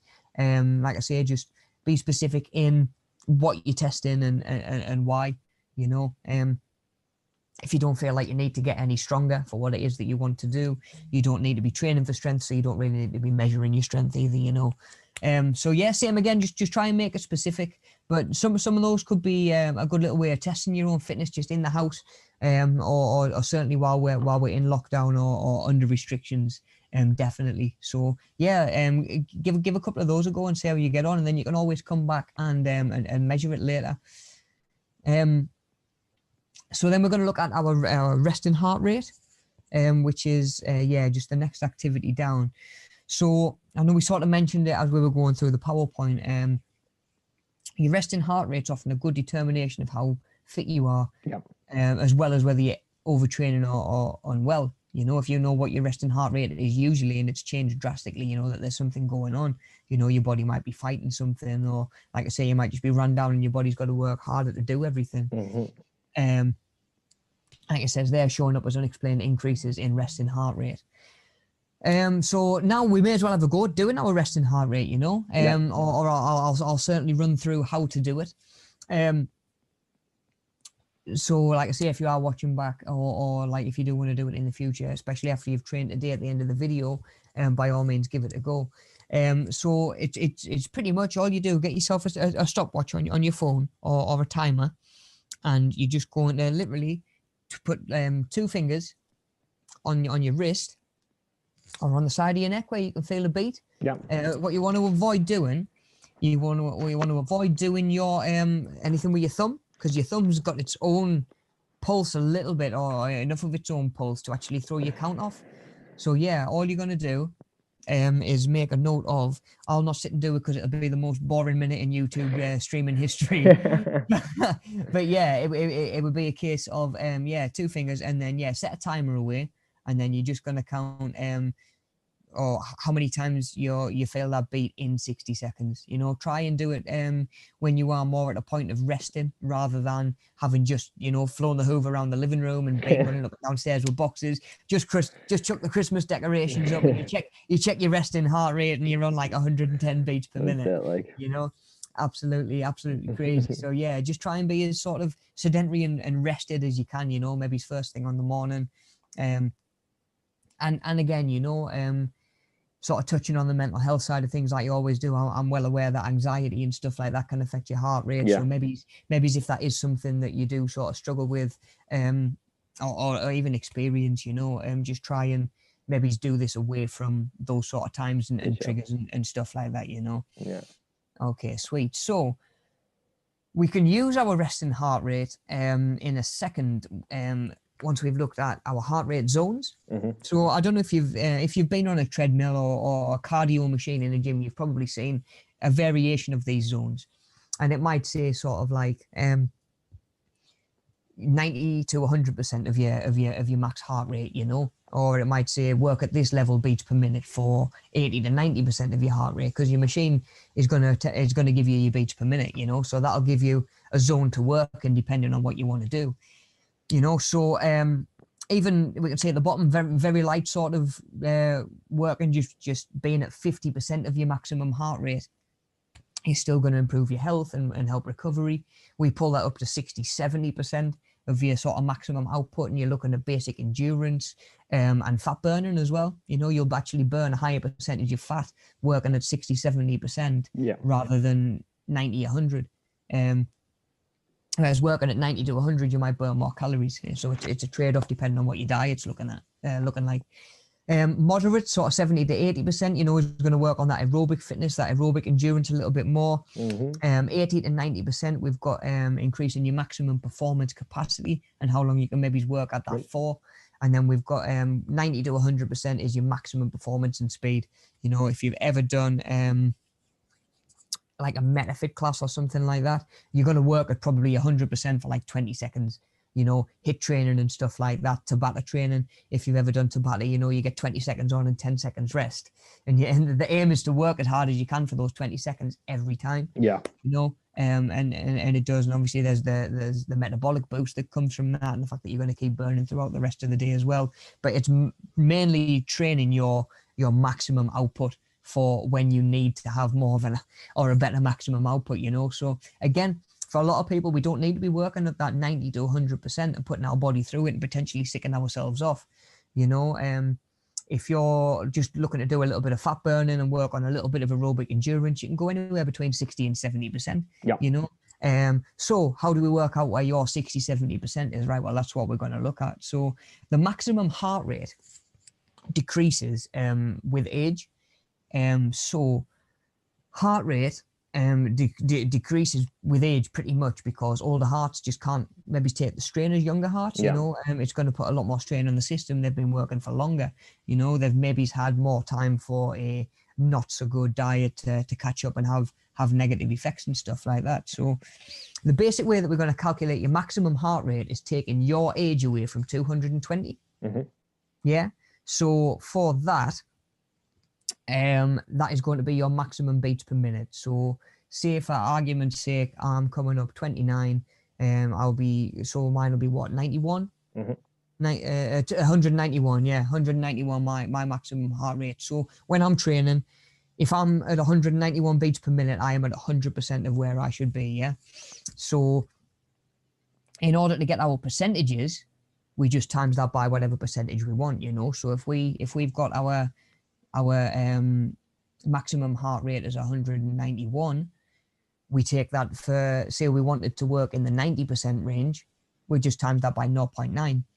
Yeah, so we can see that whatever, using those columns there, if you put on the left hand side, on the blue column on the left, if you put 100%, so that'll be your max heart rate, you know, that'll be the 220 minus your age, that can go in there, and then multiply it by the percentage, you know, to work out what it's going to be. So for the activity, we'll just work our way down the list. You know, if you want it to be at 70% of your maximum heart rate, take your maximum heart rate, times it by 0.7, and that is where your 70% sort of is going to sit. And that is where you need to be working for those sort of goals. And then, we can just work our way down those, everything from 100 to 50%, filling in the just fill in the beats per minute, you know, fill in the beats, and then you can do the beats per minute as well, and then you can use that to track. Same again, you don't need to know anything other than how fast your heartbeat is going per minute, you know, to know what zone you're in, you know, which can be really handy. Certainly when it comes to not overtraining or training at a level that's above where you want to be, you know, if you know your max heart rate, then you should be knowing what you're looking for when you're checking your pulse as well. Definitely. Blood pressure, like we've sort of touched on, that sort of is going to be a lot higher. You know, if there's extra strain on your arteries, it can lead to heart attacks and strokes and stuff like that. Using a blood pressure monitor, or like I say, going for a medical or a checkup, you can find out your blood pressure reading. Me and Mel are still got our heads together figuring out how we're going to do blood pressure remotely. But if you do have it, if you do already know it and you've been for a checkup recently, you know, or even say sort of in the last 6 months, you could probably get away with using that there. You know, if you already know it, then happy days. Other than that, just work on filling in the resting heart rate and the table underneath. Where does that leave us? That was blood pressure. And then we've got page 7, which is the BMI, you know, so we'll just have a quick look at that. Like I say, it's a measure of whether you're a healthy weight for your height.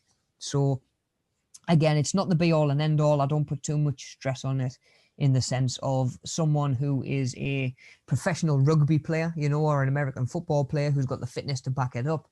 In terms of their weight to height, they would probably fall somewhere under the obese category on this little chart. So I don't know how well that shows up. Yeah, it's a little bit small on the stream. Yeah. But obviously on your workbook you'll be able to see it a lot better. So what you've got pretty much is your weight on one side and your height on the other side, and all you're doing is coming across and matching them up and seeing where you would fit.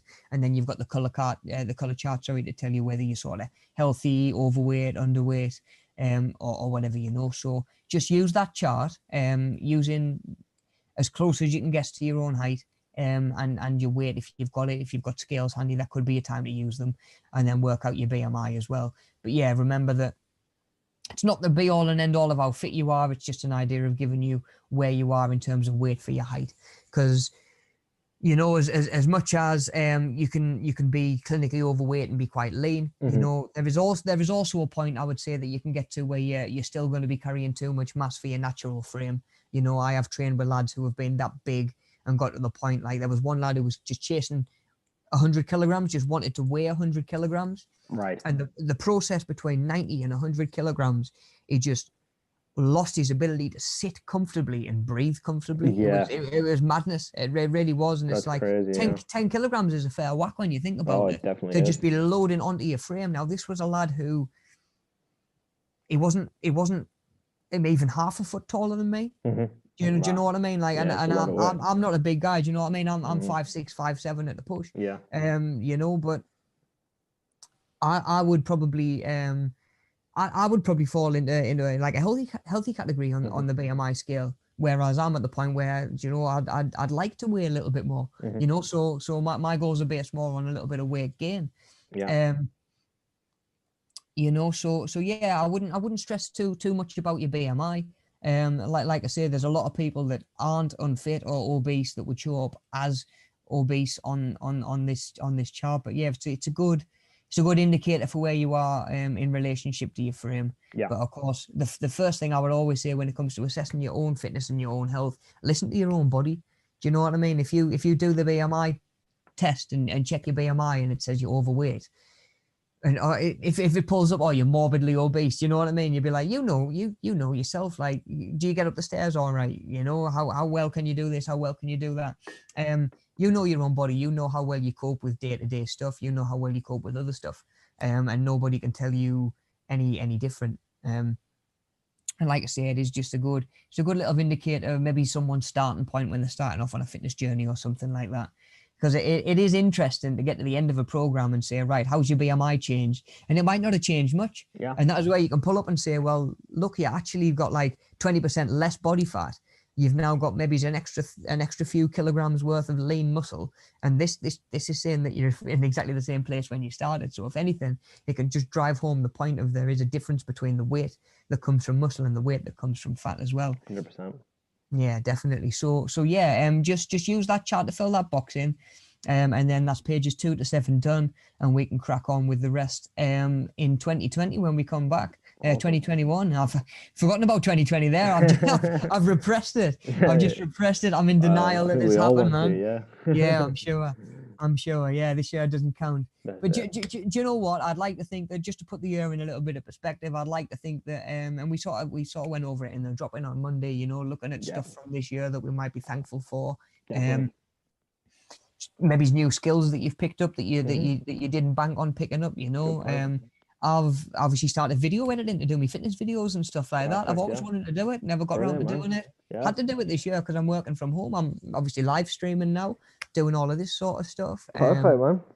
Cooking a little bit more, messing on with different recipes and stuff like that. So yeah, maybe it's just like I say certainly before the year wraps up, just try and take a little bit of time to think about some of the good to come from this year. There's been a lot of doom and gloom. I think we've always got to try and look for silver lining. That doesn't mean that we neglect and we don't honor the bad and acknowledge the bad, but totally agree, just some stuff to be positive about. And of course, looking forward to getting back to stuff in the new year. Hopefully a little bit of optimism, a little bit of change on the horizon, whatever that looks like. And we're all in the same boat, So sure. I hope that everybody has an awesome Christmas and a lovely New Year. And we'll see you on the other side. Yep. Have a good Christmas and a good New Year, guys. Awesome stuff. So if we can, I'm guessing maybe take a break or two, just take a couple of minutes, give the guys a chance to just grab a drink, and maybe put away any bits of pen and paper that you've been using for this morning, tidy things around a little bit, and then we're going to jump on and hit the last fitness video of the year. That's it, get it done. Now remember, over Christmas, if you're wanting something to do, these will be available and are available on the Media Savvy channel as well. If you're having any trouble finding them, reach out and give me a shout and I'll email them over. Just so you've got the links and stuff like that. Just so you've got plenty to do to keep busy over the next couple of weeks. And like I say, I'm sure we're all going to be treating ourselves one way or another. Make the most of it, Exactly. And like I say, try and keep active as best you can. Nice one, buddy. Right, that'll about wrap us for the year then. Thank you very much for your help, dude. Yep. No worries. I'll just keep lurking in the chat and make sure that just keep an eye on what's going on in there if anybody's got any questions. Perfect. Nice one, guys. Right. Enjoy the rest of your day. Enjoy the workout, and I'll see you in 2021. Yeah. See you later, guys. Bye. See you later. Bye.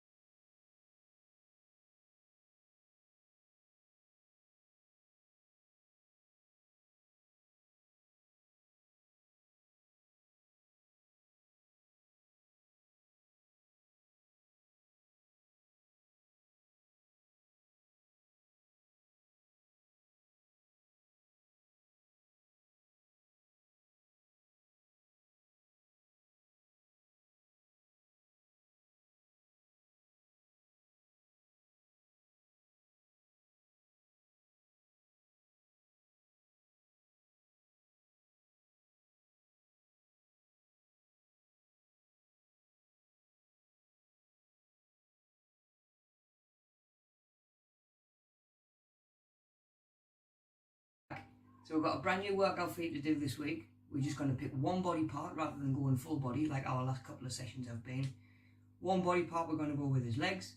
So we're going to be sort of front your legs, back your legs, bum as well, yeah. So we've got quads, hamstrings, glutes. Just going to focus on lower body. We've got 8 exercises. We're going to do each exercise for 40 seconds, resting for 20 in between. 3 rounds like we normally do. Yeah. Cool. So, like we always do, we'll have a look through your exercises, look at some alternatives and the way we're going to work around any of them if we have any trouble. Before we do that, let's just have a little warm up. Right guys, so to get yourself warmed up, make sure you've got plenty of space around you. I'm just going to start off with some squats down nice and low, weight in your heels, just warming them legs up, get your hips working. That's it, nice and low, keeping those heels down. There we go, then we're going to go feet out and touch, jumping in, feet back together. And we're just trying to get them legs nice and warm.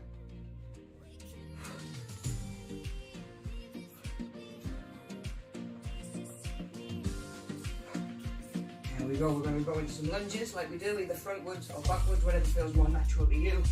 Just try and get them legs moving.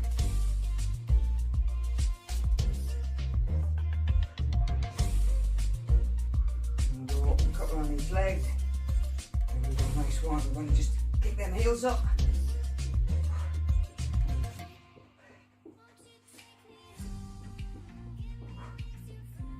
And finish up with some high knees. Start in front and get them arms moving as well. We're focusing on getting those legs moving more than anything. There we go, come side on, side lunge across, alternate, a couple on either side.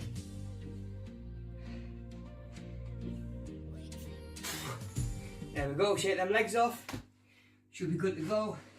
Just going to take a minute and look through each of these 8 exercises before we start. Right guys, so our 8 exercises for today. We'll start at the top, work our way through one at a time. By all means, have a little practice with each one as I'm going through. Just get a little warm up with each exercise, get the feel for it. Plenty of practice for when we actually get there during your working set, yeah?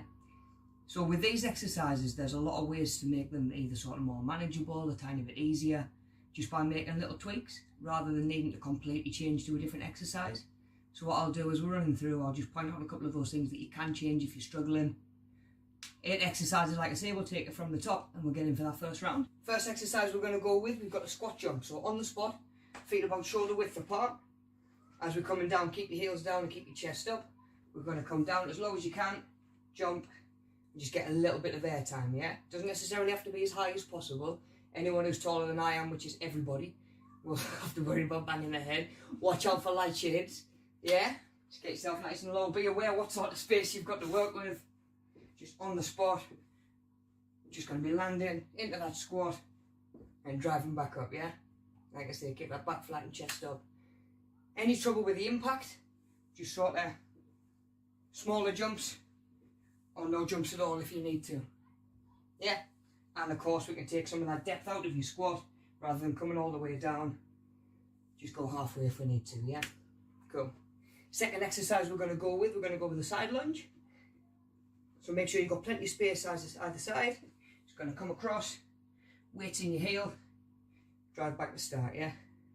Alternating legs every time. Pushing back to start. And again, you get any discomfort in your knees or anything, you can change up your foot position. So either go foot pointing out, foot pointing straight forward. And same again, you can make them a little bit shorter or a little bit shallower if you need to. Cool. So from there we're going into a kneeling squat hold. So you're going to start on your knees, plant one foot, plant your second foot, stay low, back to your knees.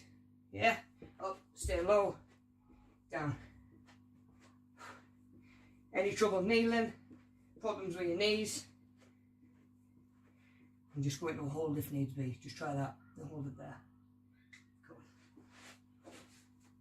So next one we're going to go with a glute bridge, so more for your bum than your thighs. We'll be onto your back, feet about shoulder width apart, feet and heels under your knees rather than out there, and you're going to drive your hips up the ceiling. So you're trying to fire from your glutes, hips as high as you can, just say let them touch the floor and then straight back up. There we go. Now the wider you come with your feet, the more you're going to bring those glutes in. Keep your knees pointed out, just come up as high as you can.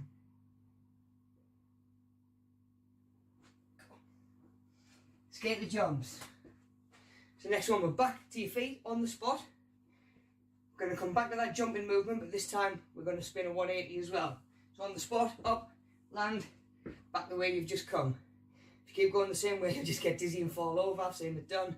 Make sure you reverse the way that you're jumping every time. Yeah, there we go. Same again. Any trouble with your knees, take some of that depth out. You can even just on the spot, just get used to that twisting movement as well. Yeah. Cool, 3 to go. So we're going to go a lunge into a high knee. So you're better off going reverse lunges with these. So striding back, push forward, knee up. Yeah, swap. Back, knee up, back to start. So just like a lunge, you're driving those knees up with every one. Any trouble with those, just try your regular lunges, either front or back like we do. Cool, 2 more. So we've got a pulse squat. So standard squat sort of technique, but you're not going to come all the way down or all the way back up. You're sort of halfway in between.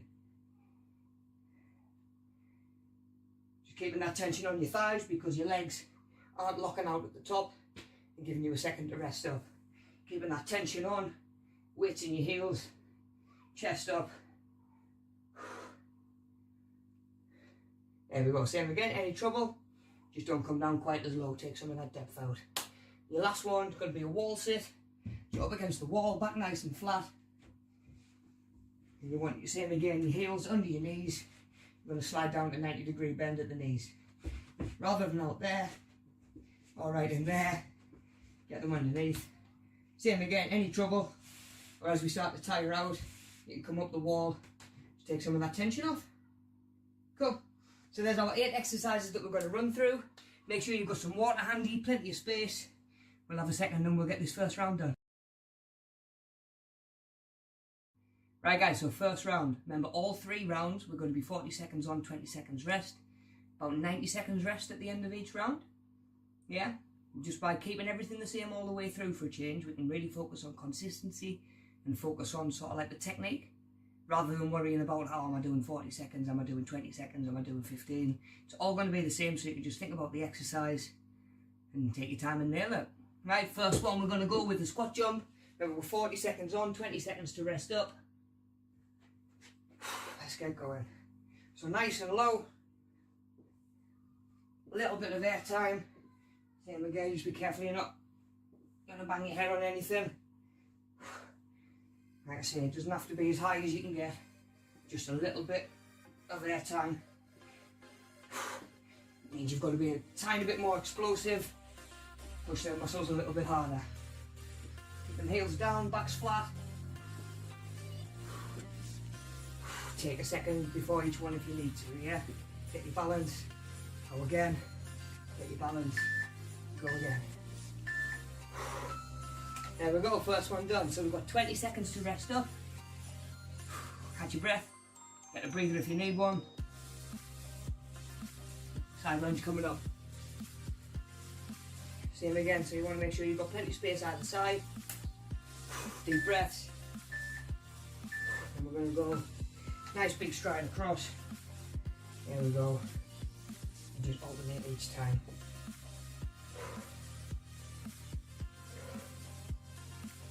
So you'll feel straight away, even though we're not really doing any strict cardio, that heart rate will still come up.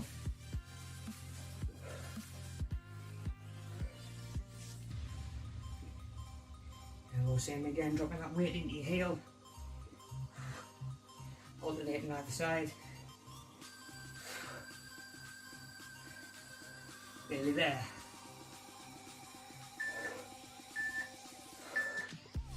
There we go, first 2 done.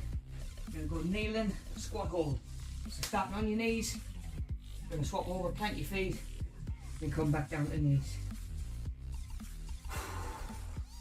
There we go, it's all about control. There we go, rather than rushing through this one, take your time. So from your knees, plant one foot, plant the other, stay down, back to your knees.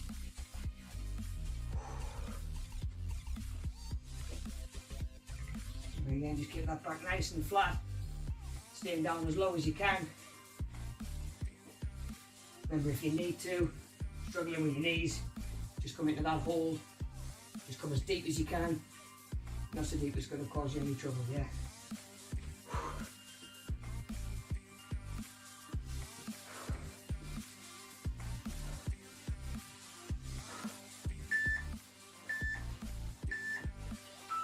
There we go, glute bridge.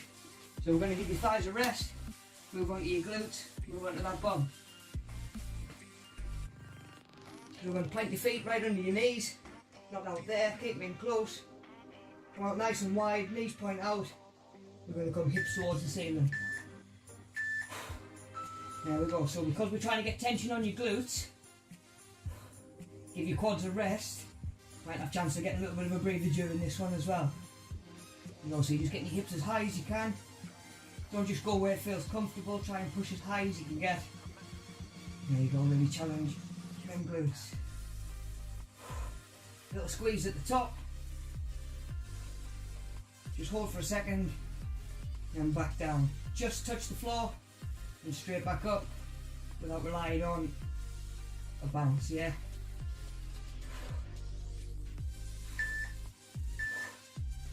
There we go, nice and controlled.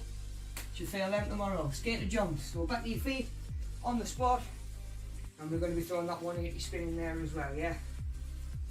There we go, so same again, make sure you've got plenty of space. On the spot, up, jump and spin, yeah? Cool. So like we do with squats, as low as you can, take your time before you try going into that next one, yeah? Once you get that movement down, you can go from one straight into the next, yeah? Come down as low as you can. Same again, don't force anything. Don't push anything if it's hurting.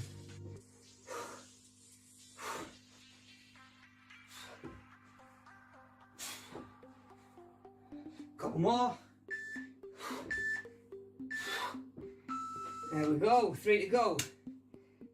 So we're lunging, stepping back into that high knee, yeah? Alternating every single time. Whew.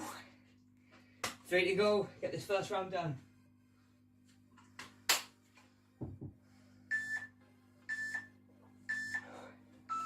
So we step back, drive forward, knee up, down, and swap.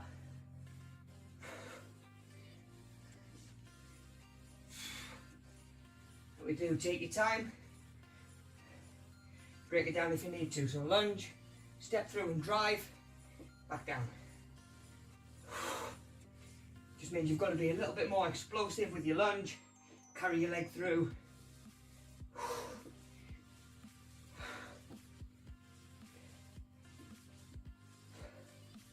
Feeling that heart rate up by now. Nice one, 2 to go, pulse squat. So we're not hitting that full range, remember we're nearly all the way down, nearly all the way back up, but not quite. Plenty of tension on your quads, just in case you're not feeling them yet. 2 to go. Here we go, nice and low. There we are, just keeping that tension on. Chest up, nice and controlled. Maybe you're not coming to the top and locking your legs out. Stay down and keep that tension on. See it, we're feeling them thighs kicking in again.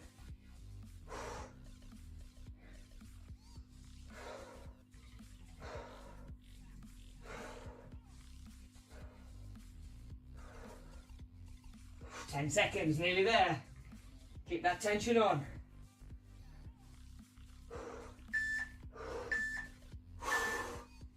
There we go guys, one exercise to go. Make sure you've got a little bit of wall you can lean against.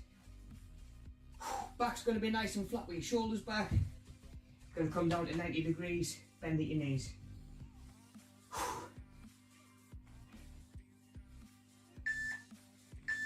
There we go, last one. Nice and low. Just hold it there. Yeah, head and shoulders right back.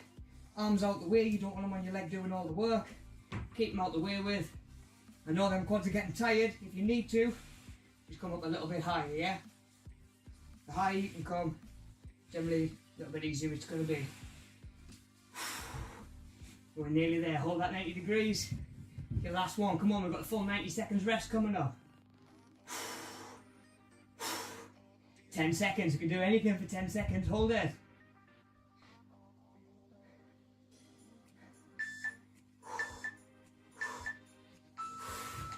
There we go. First one out the way with.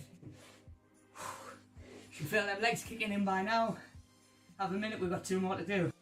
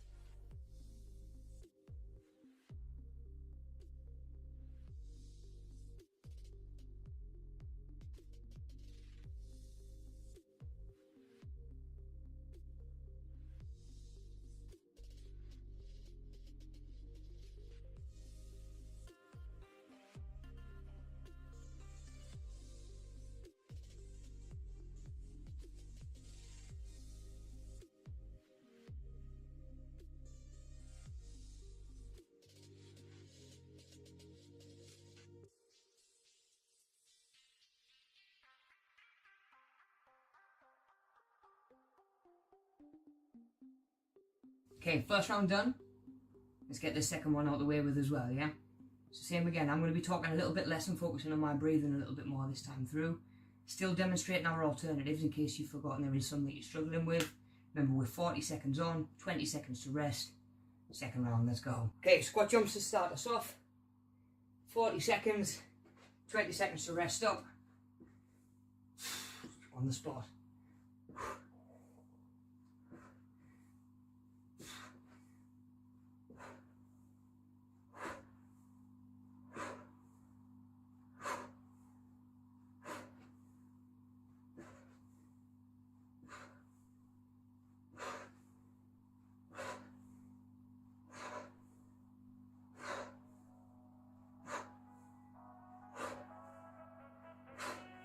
Couple to go.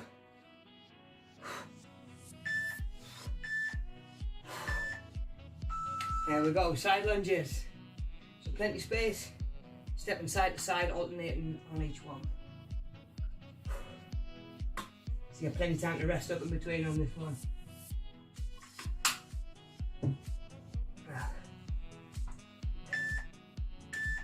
Side lunges, stepping across. There we go, alternate.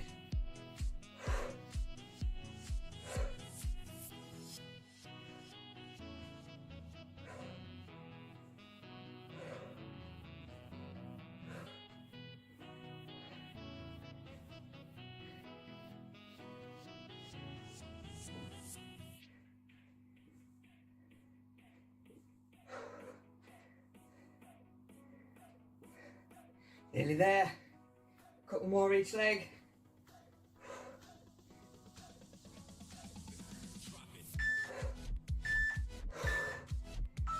Okay, kneeling squat hold next.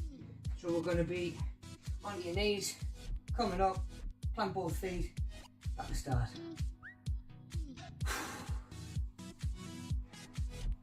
Take your time, focus on that control. Yeah, let's go. Come on. Back down. Keep those knees bent as low as you can.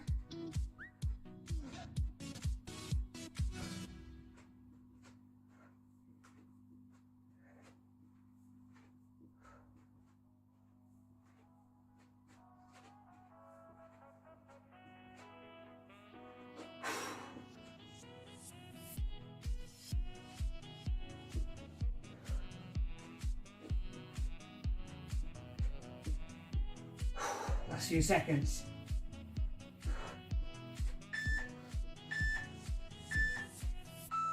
There we go, glute bridge. So onto your back, pull them feet in nice and close to your bum. Fitting knees outside shoulder width. We're just driving your hips upwards. Try to fire from them glutes. Get as high as you can.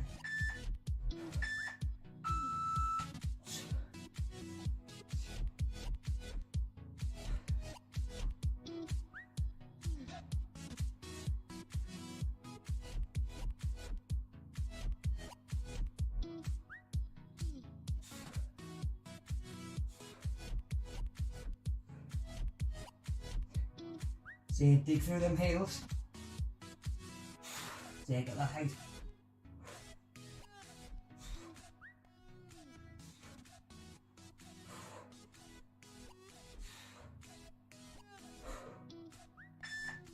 Last one. There we go, halfway through. Skater jumps. On the spot, that little squat jump. Put that 180 spin in as well, yeah?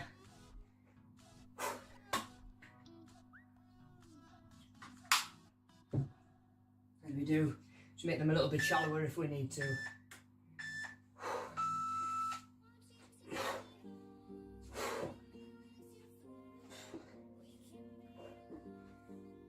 Coming from as low as you can, up and spin.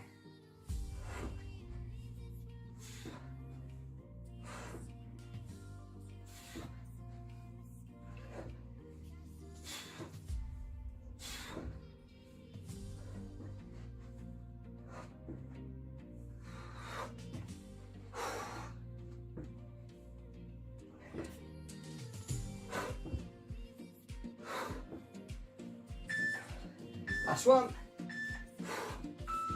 There we go, feeling them. Lunge into a high knee, so stepping back, coming through, kicking that knee through, yeah. 3 exercises to go.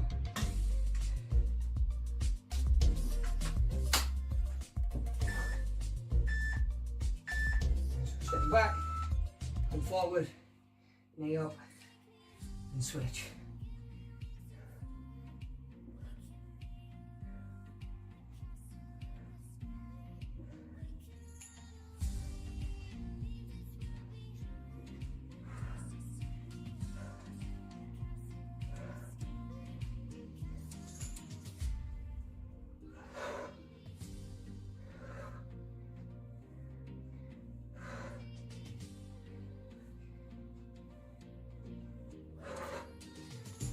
Couple of seconds.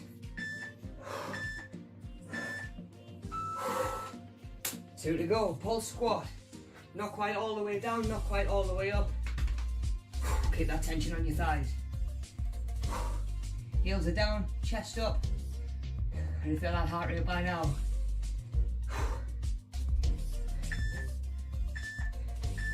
There we go. So, just working through the middle part of that range. All your weight's on your heels, chest up.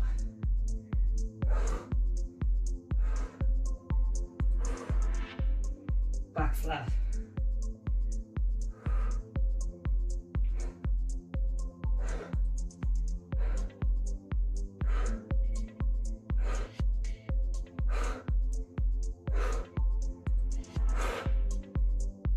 Last few seconds, hold it.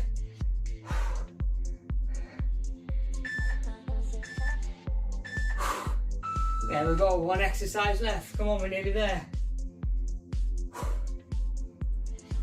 Back nice and flat, down to 90 degrees. Heels under your knees. Last one. Give the legs a little shake. And also down, about 90 degrees, hold it there.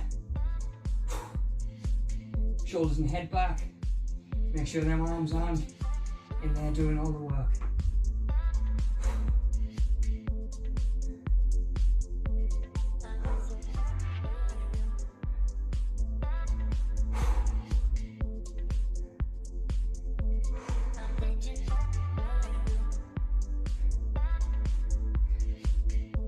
Nearly there, 10 seconds.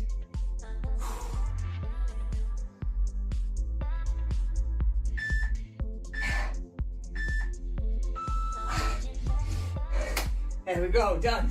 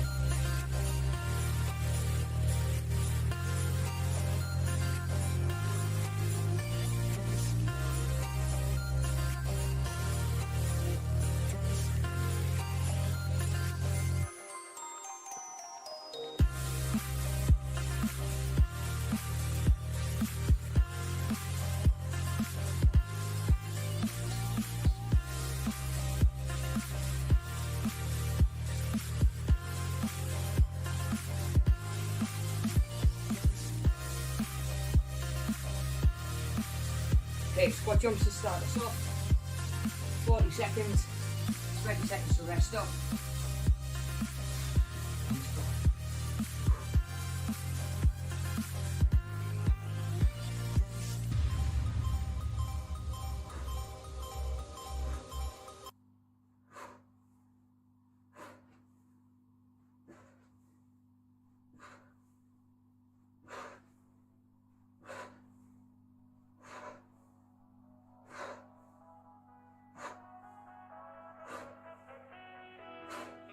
Couple to go.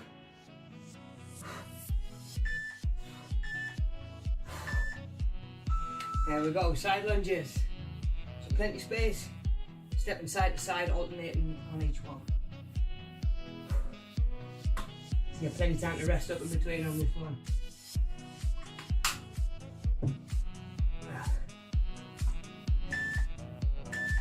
Side lunges, stepping across. There we go, alternate.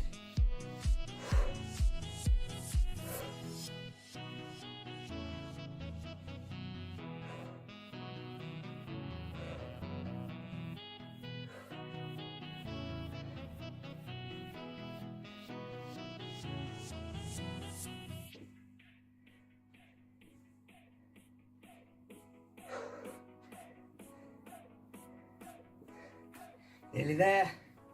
Couple more each leg.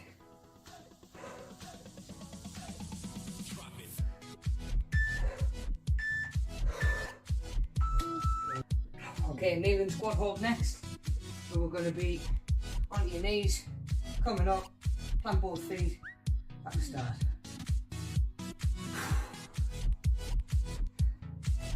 Take your time, focus on that control. Back down. Get those knees bent as low as you can.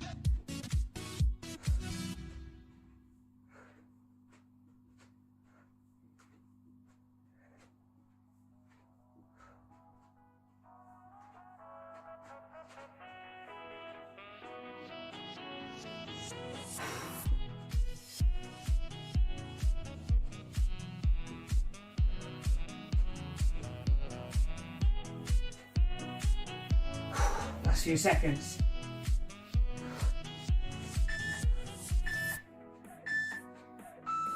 There we go, glute bridge. So onto your back, pull them feet in nice and close to your bum. Feet and knees outside shoulder width. And just driving your hips upwards. Try and fire from them glutes. Get as high as you can.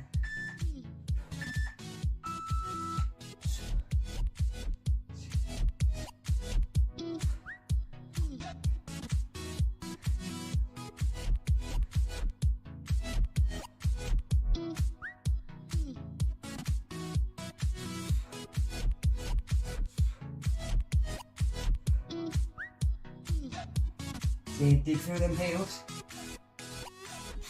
Yeah, get that height.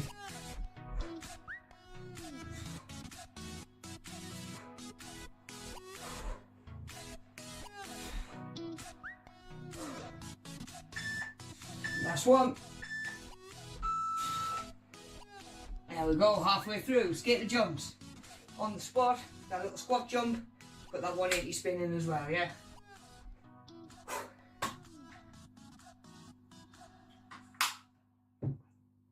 We do, just make them a little bit shallower if we need to.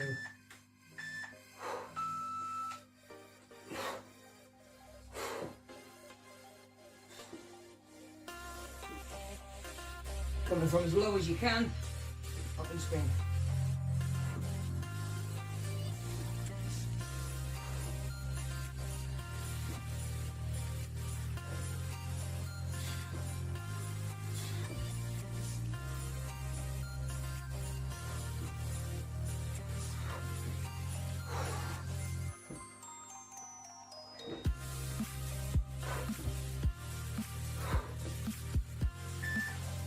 Last one. There we go, feeling them. Lunge into a high knee, so stepping back, coming through, kicking that knee through, yeah. 3 exercises to go.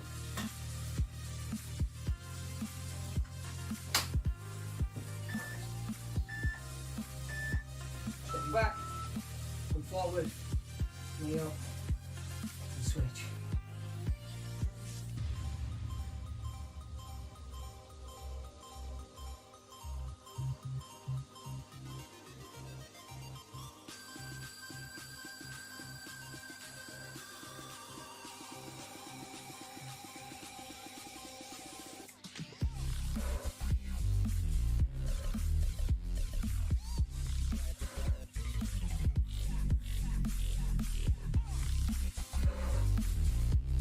Couple of seconds.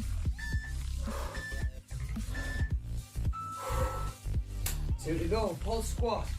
Not quite all the way down, not quite all the way up. Keep that tension on your thighs.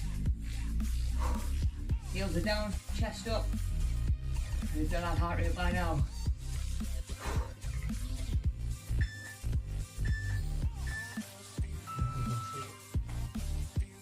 Just working through the middle part of that range. All your weight's on your heels, chest up.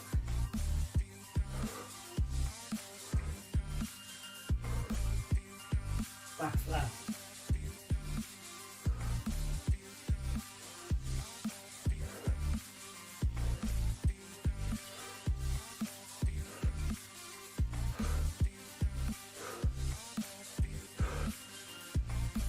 Last few seconds, hold it.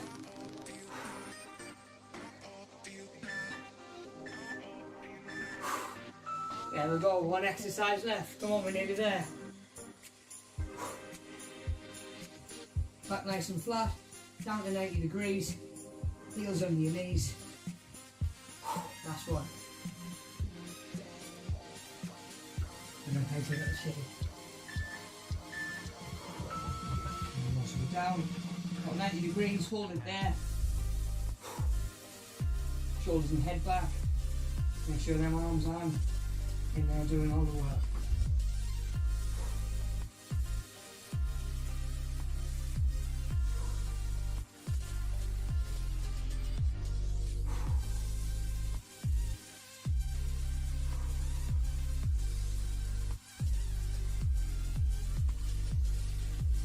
Nearly there, 10 seconds.